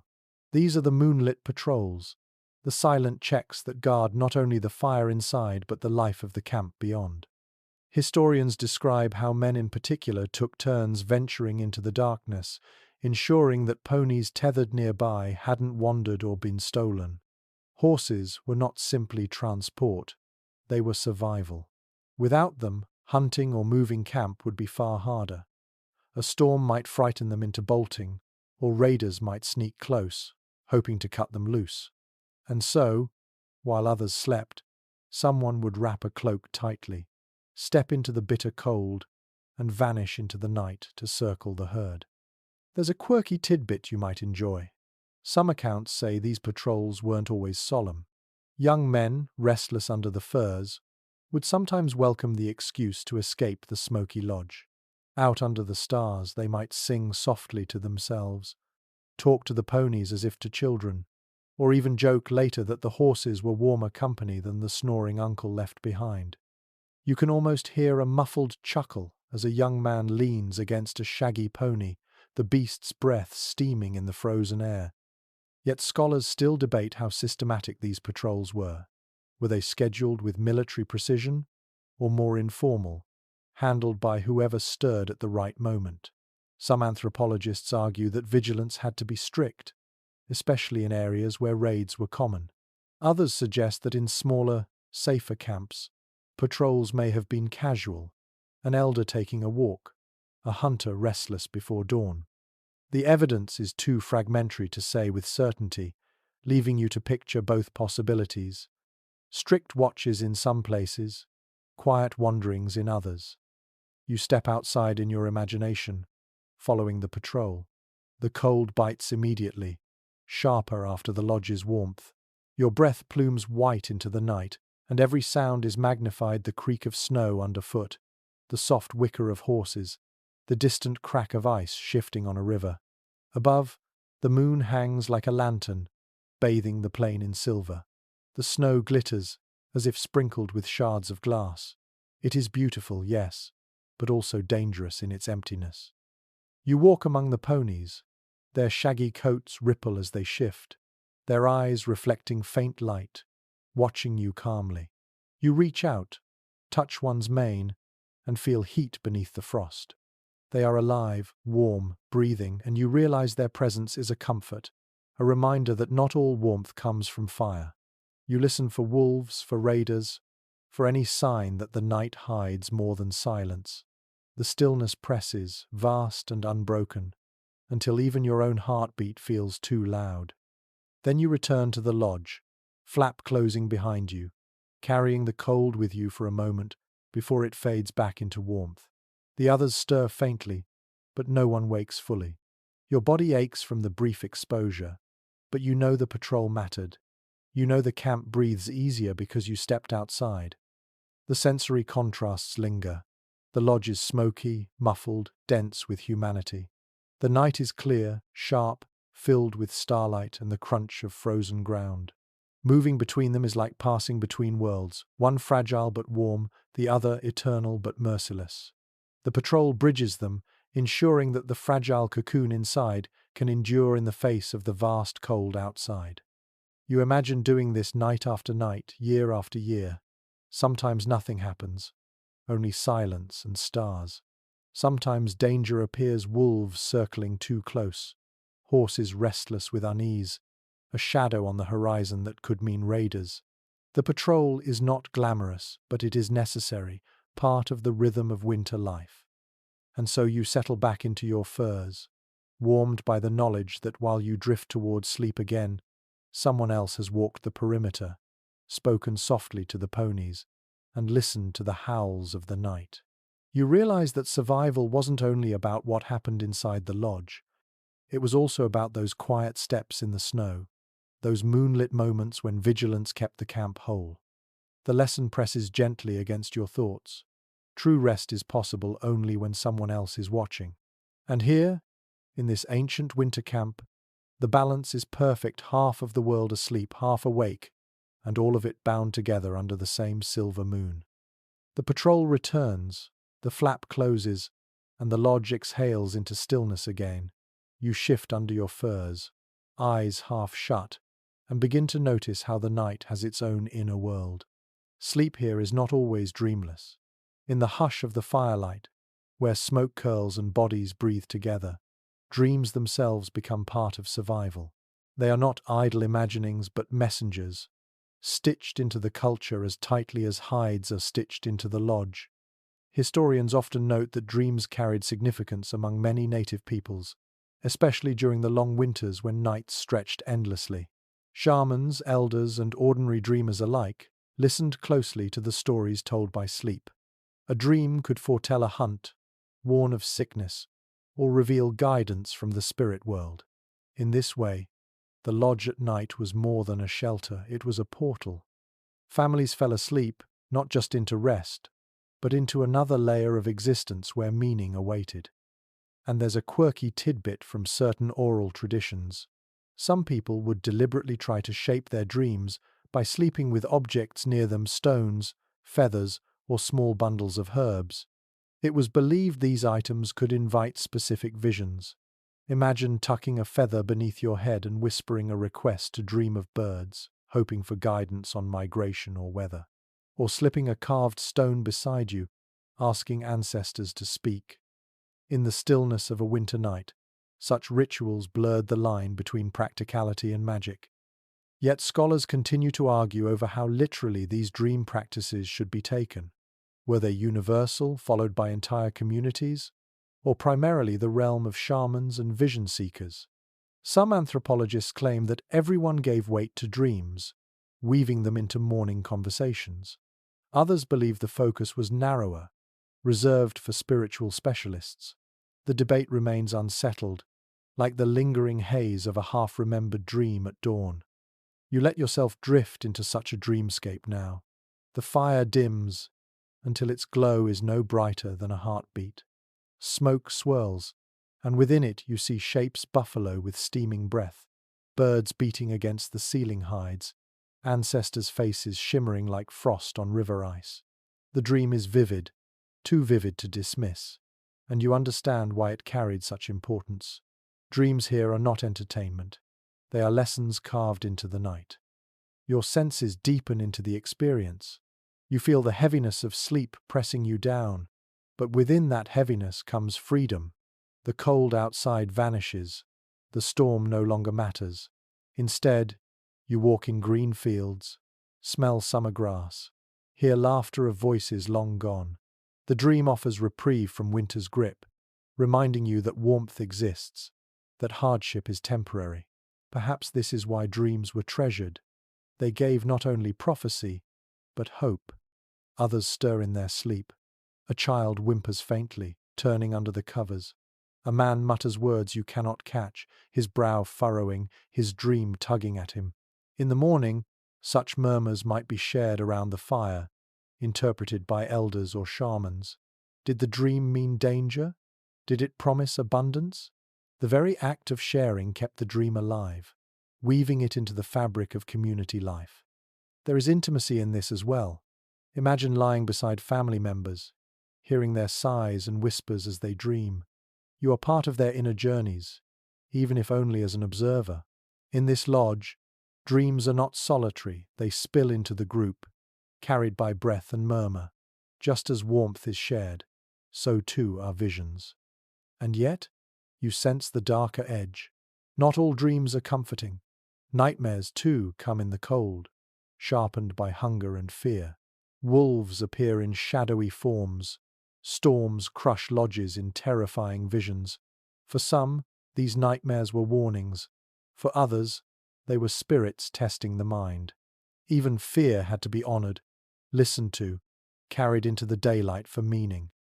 The fire pops, waking you briefly from your reverie. You blink at the glowing embers, then close your eyes again. The lodge hums with breath, the hides creak with wind, and you surrender once more to the dream world. You understand now that in this culture, survival wasn't just about enduring the physical night. It was also about listening to the unseen voices that came when your eyes closed. And so, in the depth of winter, you find that sleep itself becomes a bridge. On one side lies the harsh world of frost and hunger. On the other lies a realm where ancestors speak, animals guide, and visions soothe. Both are necessary. Both shape the rhythm of life. Wrapped in hides, warmed by family, you drift not just into slumber but into stories that echo beyond the night. The dreams fade with the slow crawl of night, and when your eyes open again, it is to the faintest light creeping through the smoke hole. Dawn doesn't rush here, it seeps in, thin and grey, softening the shadows inside the lodge. Your breath fogs in the cool air, and when you touch the hide walls, you find them stiff with frost. The night's heat, though carefully guarded, could not keep every corner warm. Thin crystals of ice sparkle where condensation gathered and froze, glittering like fragile jewels in the first light of morning. Historians often describe this phenomenon. Frost forming on the inner walls of winter lodges, the result of human breath, rising warmth, and bitter cold colliding. Families would wake to see their shelters gleaming faintly, as if a hidden hand had painted them with silver. It wasn't simply decoration, though it was a reminder of how close the cold always lurked, pressing in, ready to reclaim the night if vigilance lapsed. And there's a quirky little tidbit that some oral traditions recall. Children often drew shapes in that morning frost, just as modern children doodle on fogged windows. Little finger trails zigzagging across the hides, circles, animals, even handprints. It turned the harsh evidence of winter into a moment of play, laughter rising in the smoky dawn. Imagine a grandmother scolding lightly while hiding a smile, saying the lodge wasn't a canvas but secretly enjoying the way children left their art on the very walls that kept them alive. Yet scholars still debate how severe these frosts really were. Were lodges warm enough that only a thin rim of ice formed, or were interiors so cold that frost coated every surface by dawn? Accounts vary wildly. Some explorers wrote of lodges surprisingly cozy, while others described them as nearly as cold as the outdoors once the fire burned down. Archaeology offers little clarity, leaving the question suspended like the crystals themselves, glimmering and fragile. You imagine the sensory experience of waking in such a place. Your breath makes little clouds with every exhale. The furs around you are warm, but your nose and cheeks tingle with cold. When you shift, frost falls in tiny flakes, dusting your bedding like powdered snow. The fire's embers glow faintly, sending up threads of smoke that catch in the early light. You reach to stir them, your fingers stiff, and the crackle of kindling is the first true sound of morning. The lodge comes alive slowly. A baby fusses, and its mother lifts it from the cradle board, her breath visible in the dimness. Someone coughs into the smoky air, a deep rasp after a night of inhaling wood fumes. A man groans, rolling from the outer edge where drafts chilled him most. Each body carries the mark of the night smoke in the lungs, frost in the hair, stiffness in the joints, and yet they rise, alive, another night survived. Your senses soak in the transformation.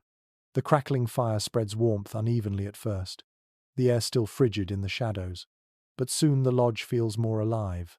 The smell of smoke thickens again, layered with the faint scent of fat sizzling as someone warms a scrap of meat. Children laugh at the frost patterns, tracing them with eager fingers.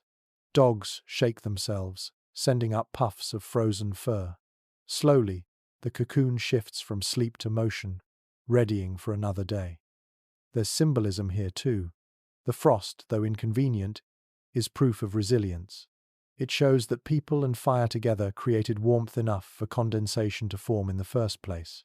Without life inside, there would be no frost, only silence, emptiness, death.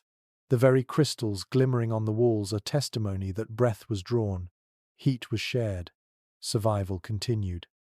And so you sit, rubbing the frost between your fingers, feeling it melt instantly, and reflect on the fragility of life in these winters. Every night was a contest between warmth and cold, and each morning's frost was evidence that the battle had been fought and won. Even if victory was temporary, it was still victory. Outside, the snow stretches endlessly, the wind calmer now, the horizon pale with dawn. Inside, the lodge carries its own dawn embers stirring, children giggling, frost turning to droplets as fire grows. And you realize that the true miracle wasn't just surviving the night, but waking to see another morning glinting off walls of ice that hadn't defeated you. The frost melts slowly as the fire revives, but even before breakfast begins, you notice something important about this space. No one is ever far from their tools. Within the dim light of the lodge, objects are arranged with quiet intention. Knives rest in sheaths beside bedding. A bow leans against a wall, arrows tucked neatly in a quiver within arm's reach. A sewing kit of bone needles and sinew thread lies near a grandmother's furs. It dawns on you that here, even sleep is never truly unarmed. Historians often point out that native winter lodges doubled as arsenals and workshops. Weapons weren't stored in some distant cache. They lived beside their owners. If danger came in the night, whether wolves, raiders, or sudden fire, everything needed to respond was already close at hand. Likewise, the endless mending of clothes and hides didn't pause for storms. Women might sew by the glow of embers late into the night, keeping children warm under the same covers where tools clicked and threads pulled. The lodge was bedroom, kitchen, and workshop all at once. And here's a quirky little tidbit that makes you smile. Some travelers recorded that children sometimes played with miniature bows or carved dolls at bedtime, their toys often smaller versions of the tools their parents used. A boy might fall asleep hugging a tiny bow carved just for him, while a girl clutched a little pouch of beads, practicing the skills she would one day master. Even in slumber, the rhythm of daily work seeped into the dreams of the young. Yet scholars still debate just how heavily armed lodges really were. Were full war bundles and lances kept inside at all times, or only smaller, everyday tools? Some ethnographers suggest the largest weapons were stored communally, while others argue families never let such essentials out of reach. Archaeology leaves us little beyond stone points and bone awls, and the written accounts vary depending on who observed. The truth may have shifted with circumstance, times of peace, allowing looser storage, times of threat tightening every precaution. You look more closely in your imagination. The glint of a blade catches the firelight, its edge honed by careful hands. A spear lies beside a father's bedding, close enough to grasp in half sleep. Across the lodge, a woman's pouch of needles rests open, bits of sinew thread gleaming faintly. These objects are not luxuries, they are lifelines, treated with reverence and practicality. Each family sleeps with survival at their fingertips. Your senses drink in the details. The smell of sharpened stone mingles with smoke, faint but distinct. The feel of polished wood, smooth from use, rests beneath your hand. A soft clink of beads comes as someone shifts, their pouch rattling quietly. Every sound, every touch, every smell reminds you that this is not an idle resting place but a working one, a hub where survival hums even in darkness. There is intimacy in this arrangement too. Imagine lying down beside your bow every night, hand brushing its curve as you drift towards sleep. Imagine a woman mending a tear in a parka while her child snores beside her, each stitch binding warmth and care together. Tools here are not cold instruments. They are woven into family life, into nightly routine, into the very rhythm of dreams. And there is symbolism as well. To keep a blade by your side at night is to accept that danger is never far, but it is also to affirm readiness. To hold a needle in your pouch as you sleep is to affirm continuity, that tomorrow you will wake, mend, and carry on. The presence of tools beside bedding is both pragmatic and philosophical, a statement that life persists not just in warmth but in action. You picture how this would feel at dawn. Rising slowly, you would already have what you needed within reach: a knife to cut wood, a needle to patch hides, a bow for the day's hunt. No frantic searching, no wasted motion, everything woven into the same small space that cradled you through the night. It is efficiency born not of minimalism but of necessity. And as you settle again under the furs, you realize that even in rest, survival never loosens its grip.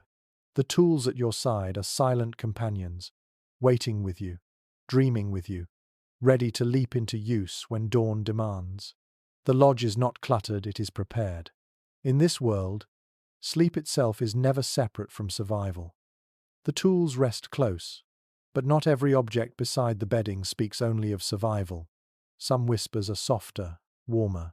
As the fire grows stronger and morning edges nearer, you notice two figures curled together beneath a shared cloak.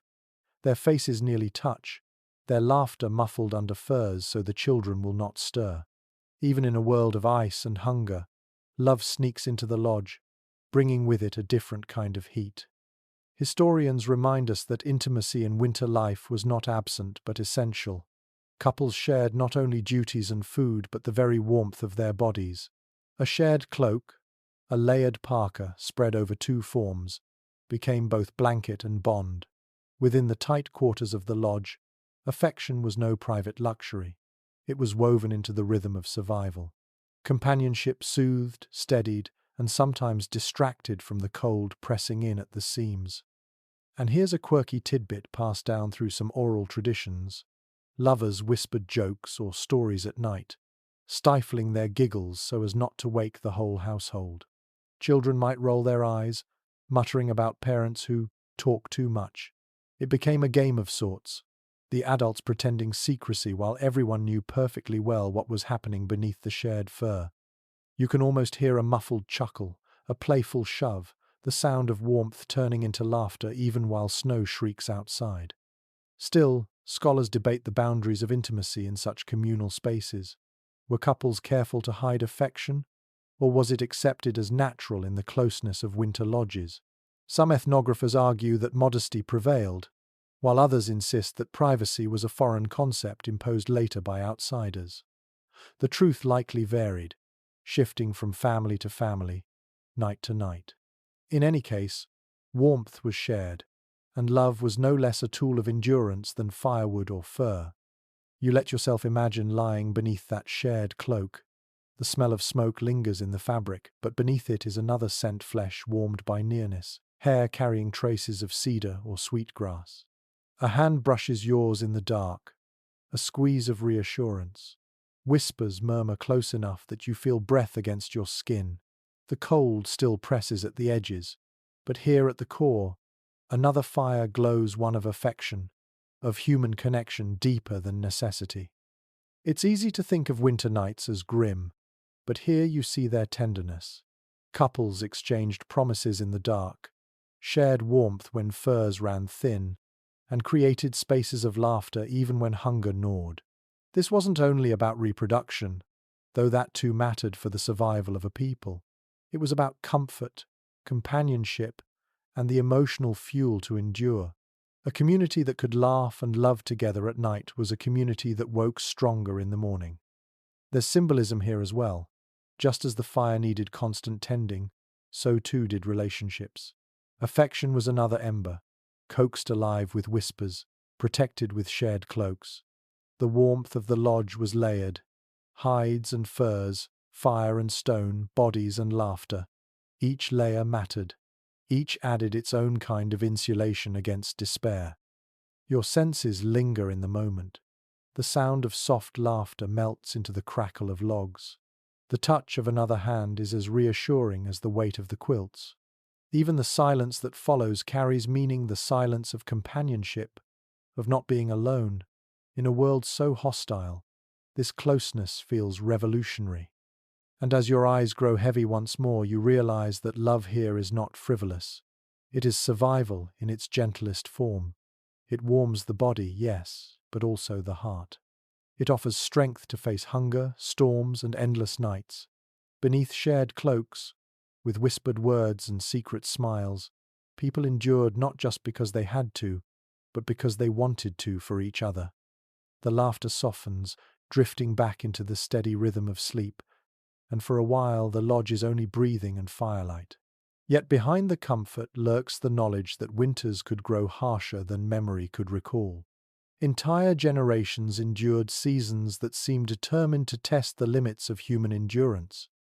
You shift in your bedding, picturing what it must have felt like when storms didn't relent for days, when drifts swallowed the lodges whole, when the air itself seemed colder than bone. Historians point often to the 17th and 18th centuries, when North America shivered under what we now call the Little Ice Age. During these decades, winters deepened and the cold bit harder. For native communities, already skilled at adaptation, this meant doubling efforts. More hides sewn, more fires tended, more food dried and rationed. Families told stories of winters so fierce that rivers froze solid to the bed, and bison wandered farther south than anyone remembered. To survive such years was not just impressive, it was extraordinary. There's a quirky little tidbit passed down through oral memory. In some communities, children were told that the frost itself was alive, a mischievous being who pressed its icy fingers against the lodge to test for weakness. Elders scolded children who left the entrance flap open, warning them that Frostman would slip in and nip their toes. What might sound like superstition doubled as practical teaching: close the flap, guard the warmth, or you'll invite in the cold itself. You can imagine a child squealing as an elder tapped their bare foot, laughing that Frostman had found them. But scholars still debate how devastating the Little Ice Age truly was for native populations. Did it worsen mortality dramatically, or did traditional knowledge buffer communities against the worst? Some argue that the records of famine suggest widespread suffering, while others insist that oral histories reveal resilience, with cultural adaptations strong enough to blunt even the sharpest winters. The question lingers unresolved, echoing like the howl of a storm that never quite fades. You lean into the sensory details of such a harsh season. The air inside the lodge feels colder despite the fire, breath misting even close to the flames. The hides stiffen with frost at night, crackling faintly when touched. Smoke clings more heavily to clothing because fires must be kept larger and longer. Food stores shrink faster, forcing families to chew tougher dried meat, to stretch meals with thin broths, to endure gnawing hunger with clenched jaws. Sleep becomes lighter, interrupted by shivers and the creak of hides under snow's heavy weight. And yet even in such winters, life endured. Families pulled their furs tighter, pressed closer, and waited. The community itself was insulation. You imagine elders telling stories not just for comfort, but to remind the young that storms had been survived before, and would be survived again. Memory was its own fire, warming spirits against despair. You notice too how the outside world pressed inward. Horses grew leaner, dogs foraged desperately, and hunts became more dangerous. Snow deeper than a man's height buried trails and river crossings. Yet still the lodges stood, their hides dark against the white, smoke rising like defiance into the frozen air. Each family inside represented a refusal, a whispered vow. We will outlast this night. We will outlast this winter. The symbolism grows clearer the longer you linger in thought. The Little Ice Age becomes not just a climate episode but a crucible, shaping resilience and ingenuity. Each generation carried forward not only stories of suffering but also the tricks that worked, banking snow against the lodge, sewing hides tighter, rationing smarter. Hardship became heritage, survival became tradition. Your senses lean into the lesson. You hear the howl of a storm that rattles poles like bones. You feel the cold biting even through layered furs. You taste thin broth, smoke thick, stretching scraps into meals. And yet you also sense the warmth of family pressed close. Laughter forcing its way even through hunger. Stories refusing to let despair take root. And as you settle back, eyelids heavy again, you realize that the miracle is not merely that people survived the worst winters history threw at them. The miracle is that they survived with memory, humor, affection, and identity intact. The lodge became not just a shield against cold, but a vessel carrying culture through the frost. In this way, each frozen season was not the end, but another layer of resilience added to the story. And you feel that story curl around you like another quilt, whispering that no matter how bitter the storm, warmth can always be found if hearts hold close enough together. The memory of harsher winters lingers, but as the fire burns steady, your mind drifts to another thought. Not every winter shelter looked the same. The tepee of the plains, sharp and conical, is only one face of survival. Move eastward into the forests, and you would find wigwams, domed shelters woven from saplings and bark. Shift farther north, and snow lodges or semi-subterranean homes come into view. Each design met the cold in its own way, and each told a different story about how native peoples adapted to winter's relentless grip. Historians often stress these contrasts. On the plains, tepees made of buffalo hides were light, portable, built to move with the herds. In the forests of the northeast, wigwams offered sturdier insulation, their rounded shapes trapping warmth more efficiently, layered with bark and mats of reeds. Along the icy rivers of the far north, partially dug-out lodges harnessed the earth itself as insulation, keeping families warmer beneath thick sod or snow-packed walls. Geography shaped architecture, and architecture shaped survival. Here's a quirky tidbit that might make you smile. Some explorers visiting the wigwams of the Algonquin peoples remarked that they were so warm and close that one sweats even when the snow lies thick outside. One observer even claimed he had to step back out into the storm to cool off. Imagine that, complaining of heat in the middle of a blizzard, your breath steaming as you gasp for relief in weather others could barely endure. It's a reminder that comfort is relative, and that native builders were masters at turning what they had into more than enough. But scholars continue to argue about which designs were most effective. Did the portability of tepees trade off too much warmth compared to the sturdier wigwams? Were semi-subterranean lodges superior in efficiency but inferior in mobility? Some anthropologists argue that environmental conditions dictated everything. No single design was best, but rather each was perfectly tuned to its context. Others still suggest that cultural traditions, not just practicality, played a heavy role in why a people chose one form over another. You imagine now walking through such variety. Step into a wigwam, and you feel the rounded ceiling pressing the air downward, holding heat close. Bark panels creak faintly under snow's weight, but the interior glows with steady warmth as smoke seeps through a hole above. Step back outside and into a tepee, where the taller, angled walls pull smoke upward more easily, making the space airy but still protective. Then picture yourself descending into a semi-subterranean lodge where earthen walls block the wind entirely, leaving you in a hushed warmth that feels almost buried, like sleeping inside the earth itself. Your senses drift deeper. The wigwam smells of cedar bark and damp earth, its mats woven with reeds still faintly sweet. The tepee carries the musk of hides, smoke curling steadily from its peak. The semi-subterranean lodge is quieter still, its air heavy and still, the faint tang of soil mingling with fire's resin. Each shelter gives its own kind of cocoon, its own way of saying, "Here you are safe for the night." And yet, the symbolism runs through them all. Whether domed, peaked, or buried, each structure shows how humans read their environment like a book. Trees became bark and frames, buffalo became hides, earth itself became wall.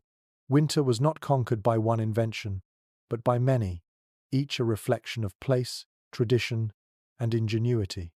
The lodges are not just shelters, they are philosophies in wood, hide, and snow. You picture families moving between these worlds, trading, visiting, sometimes adopting one another's practices. Perhaps a plains traveler marveled at the sweaty warmth of a wigwam. Perhaps a woodland visitor stared upward at the elegance of a towering tepee. These contrasts weren't rigid divisions but conversations in architecture, whispered across the land in the language of survival. And so you lie back again in your imagined lodge, warmed by hides, but with your mind wandering into domes and dugouts and earthen walls. Each design different, yet all answering the same unyielding question: how do you sleep through a night so cold it could end you? The answer, you realize, is as varied as the land itself, but always rooted in the same unbreakable will to endure. The fire burns brighter now, smoke winding lazily upward, and as you sink deeper into thought, you remember how these lodges must have seemed to outsiders, the first Europeans stumbling into villages midwinter, expecting misery, and instead finding warmth. Their writings often reveal shock, even disbelief, that people living without stone houses or chimneys could endure blizzards in comfort. To those unaccustomed to such structures, the interiors seemed impossibly efficient, almost magical. Historians point out that journals from 17th and 18th century explorers and missionaries are sprinkled with astonishment. Men who arrived wrapped in wool cloaks often entered tepees or wigwams, trembling with cold, only to discover interiors far warmer than their own crude cabins. Some confessed that native lodges outperformed European shelters of the same era. Smoke vented better, warmth gathered more efficiently, and the spaces felt more alive. You can almost picture an officer stamping snow from his boots, muttering that his own men froze nightly in drafty forts while these savages, as he dismissively called them, slept snug. And here comes a quirky tidbit. One French missionary complained that his hosts insisted he remove layer after layer of his European wool because he was sweating like a hog inside the lodge. He noted that the family laughed at him, amused that the stranger couldn't tolerate comfort. The irony drips from the page, an outsider brought to shame not by cold, but by too much heat in a place he assumed unlivable. Still, scholars argue about how reliable these accounts are. Were Europeans exaggerating, eager to romanticize the noble savage, or were they underplaying discomfort to highlight their own toughness? Some historians suggest these reports are colored by cultural bias, while others see them as honest amazement. The truth is tangled, as it often is when cultures meet, part admiration, part misunderstanding, part condescension. You let yourself picture the moment more vividly. A traveler stumbles inside, face raw from wind, cloak crusted with snow. He blinks in the smoky glow, wiping tears from stung eyes. Around him, families sit calmly, children drowsy in furs, dogs snoring softly. The contrast is staggering. His body aches from exposure, while theirs rests in steady warmth. He tries not to shiver, tries to keep dignity, but the relief floods his bones so quickly he nearly weeps. What must it have felt like to realize that survival here was not a miracle, but a mastery? The sensory differences leap at you. Outside, snow blinding, wind clawing, every breath like glass. Inside, fire crackling, hides muffling sound, warmth pressing into skin. The smell of resin, meat, leather dense, earthy, alive contrasting with the sterile chill of the wilderness beyond. For an outsider accustomed to stone walls that leaked drafts, this lodge would have felt like another world. It's worth reflecting on the symbolism too. To step into a native lodge as an outsider was to step into a philosophy alien to European eyes. Here, warmth didn't come from massive masonry or iron stoves, but from balance hide, wood, snow, and bodies woven together. The efficiency was born not from wealth or technology, but from intimate knowledge of place. To Europeans who valued permanence and grandeur, such flexible, portable, deceptively simple shelters seemed uncanny. They underestimated, until frost reminded them of their own frailty. And there's another layer, the quiet humiliation of discovery. Many Europeans prided themselves on civilized superiority, yet they found themselves learning to survive from those they dismissed. Some borrowed techniques insulating with furs, banking snow, tending fires in shifts. Others resisted, insisting their own methods were better, even as their men froze. The contrast between stubborn pride and quiet adaptation must have played out many times beneath the howling winds. You can imagine the conversations that followed. Around a smoky fire, a missionary writes in his journal about the indolence of people who lounge in warmth, forgetting that his own face still burns from frostbite. A soldier sketches a tepee in his notebook, convinced it's unworthy compared to a wooden cabin, even as his toes thaw gratefully. These contradictions fill the accounts, revealing as much about outsiders' biases as about native life. Yet through all the words, one fact rings clear. People here knew how to turn the harshest environment into a home. Outsiders might misinterpret, might argue, might even ridicule, but they could not deny the truth of what they felt when they stepped inside. Warmth, safety, survival. Your senses settle again into that warmth. You hear the crackle of wood, the laughter of children amused by the foreign guest's discomfort, the soft rustle of hides as a woman adjusts a seam. The storm outside fades to a dull whisper. For a moment, you feel both perspectives, the awe of the outsider and the calm mastery of those who call this lodge home. And as you sink deeper into your bedding, you realize that survival here was not just a matter of enduring the cold. It was a matter of turning necessity into comfort, of making the impossible feel ordinary. What outsiders saw as marvel, the people inside saw simply as life. And that quiet distinction is perhaps the most powerful lesson of all. The outsider's astonishment lingers in your thoughts, but soon your mind shifts toward the lingering puzzles of these lodges themselves. You've spent the night surrounded by hides, fire, and breath, imagining how warmth might have endured. Yet not every detail is certain. Even now, scholars debate how effective these shelters truly were. Did they keep families cozy through the worst storms? Or were they drafty, smoky compromises that required constant adjustment? The evidence remains as hazy as the smoke curling above the fire. Historians present one picture: buffalo, hide tepees, carefully sewn and angled, could trap surprising warmth.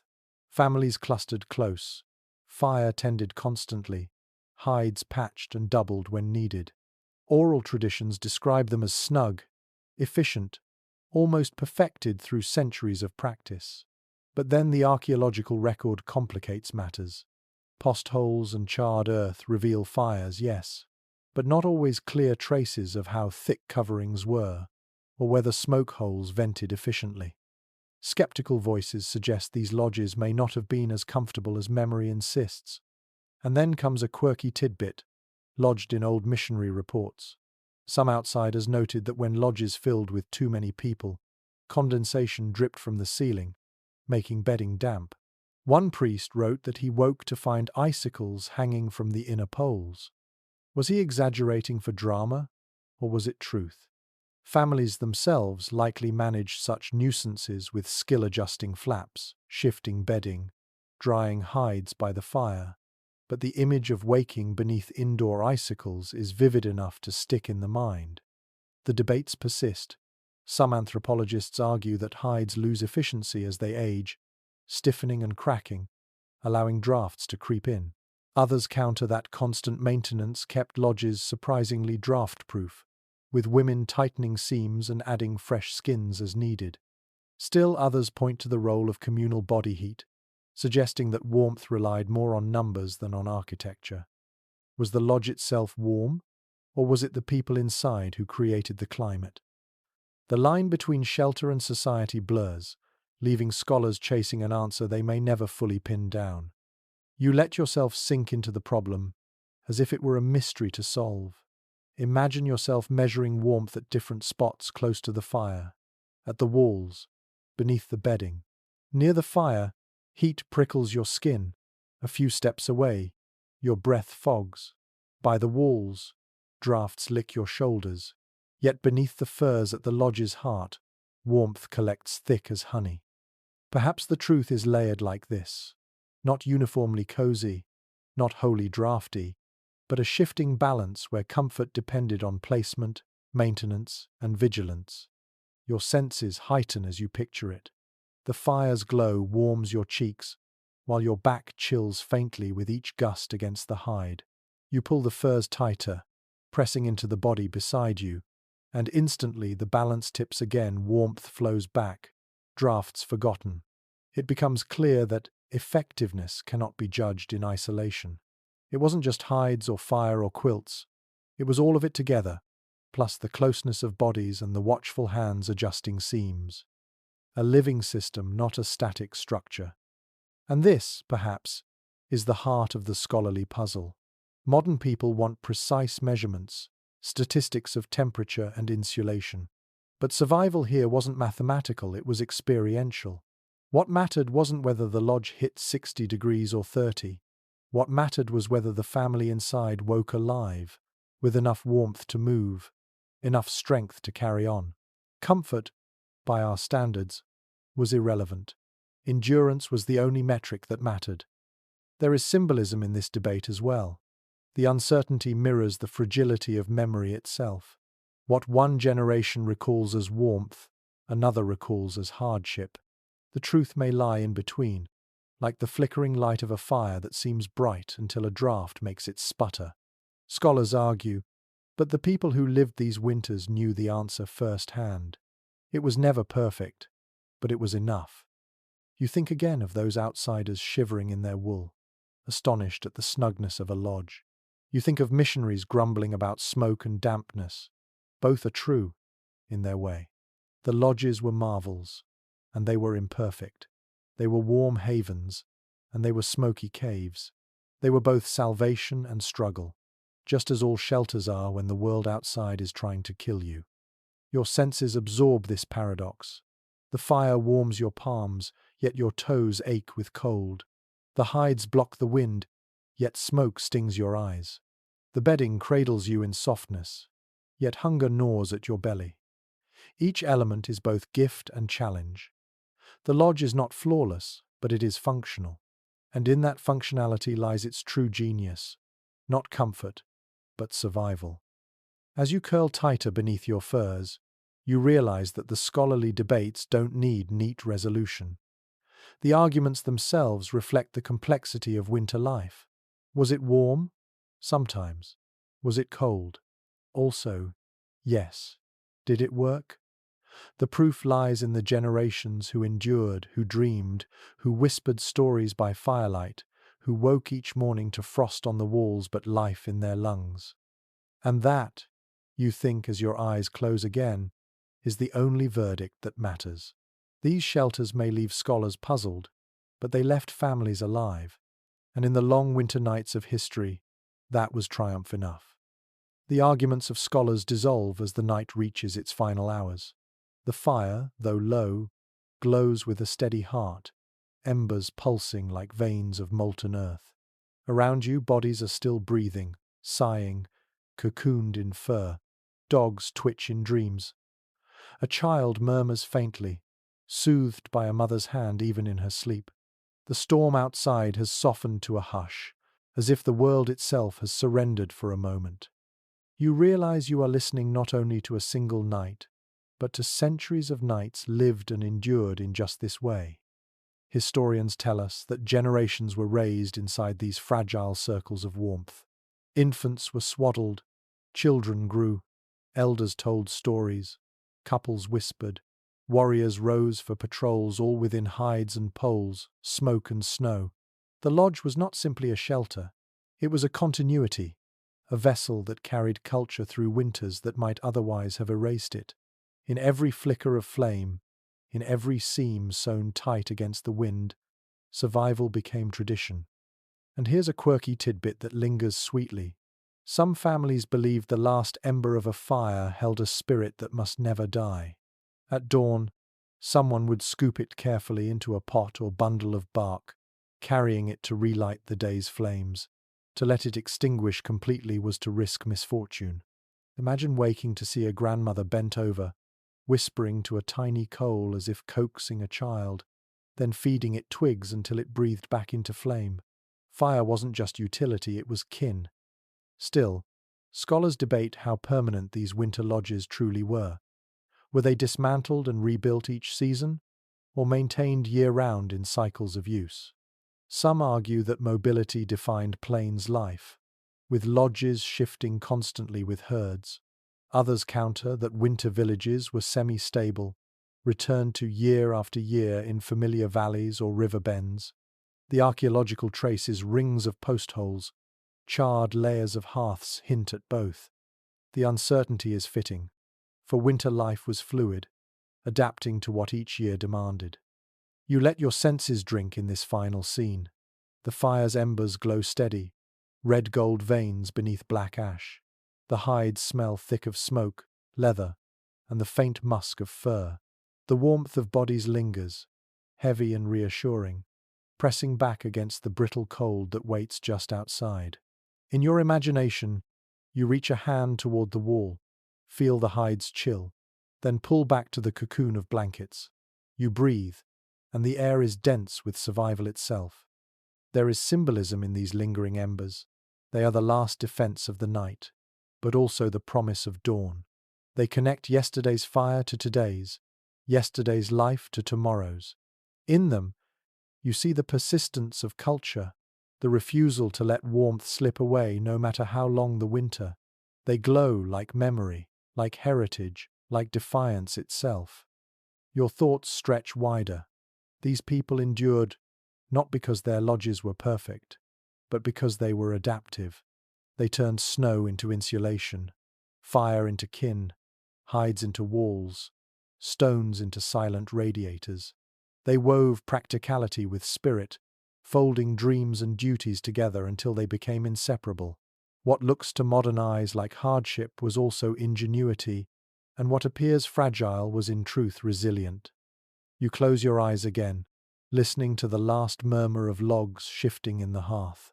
The lodge hums like a great, breathing body, its walls, the ribs, its fire, the heart, its people, the lifeblood. Outside, the storm waits for another chance. Inside, warmth holds on, quiet but unbroken. And so the night passes, as it has passed for countless generations, carrying life forward through cold that should have ended it. And now, as the story draws to its close, the pace begins to soften. You've walked through long nights on the plains, you've curled beneath hides and furs, you've felt the bite of frost and the relief of firelight. You've shared in the rhythms of patrols, the whispers of lovers, the laughter of children, the dreams of shamans. You've listened to the lodge itself breathe, walls trembling with wind, embers glowing like quiet stars.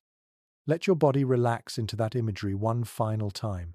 Picture yourself lying back inside a circle of warmth, the cold kept outside by nothing more than hides, fire, and closeness. Hear the muffled sigh of the storm beyond, reduced to nothing more than a lullaby. Smell the faint traces of wood smoke, leather, and snow melting into droplets on the hides. Feel the heavy quilt of fur pressing over you, the weight of centuries of survival curling around your shoulders. Notice how each detail, once a matter of life or death, now lulls you toward rest. The fire's glow softens your eyelids. The steady breathing of those beside you steadies your own. Even the distant memory of hunger or frost has been transformed into reassurance, the knowledge that people found ways to endure, that warmth always returned. So let the last embers guide you. Imagine them glowing brighter, then dimming slowly, until they become a single point of light in the dark. With each breath, they fade gently, until nothing is left but calm. You are safe. You are warm. The storm outside cannot touch you here. Drift now into your own dreams, carrying with you the quiet strength of those who once lay in winter lodges, who kept the fire alive through the longest nights. Sweet dreams.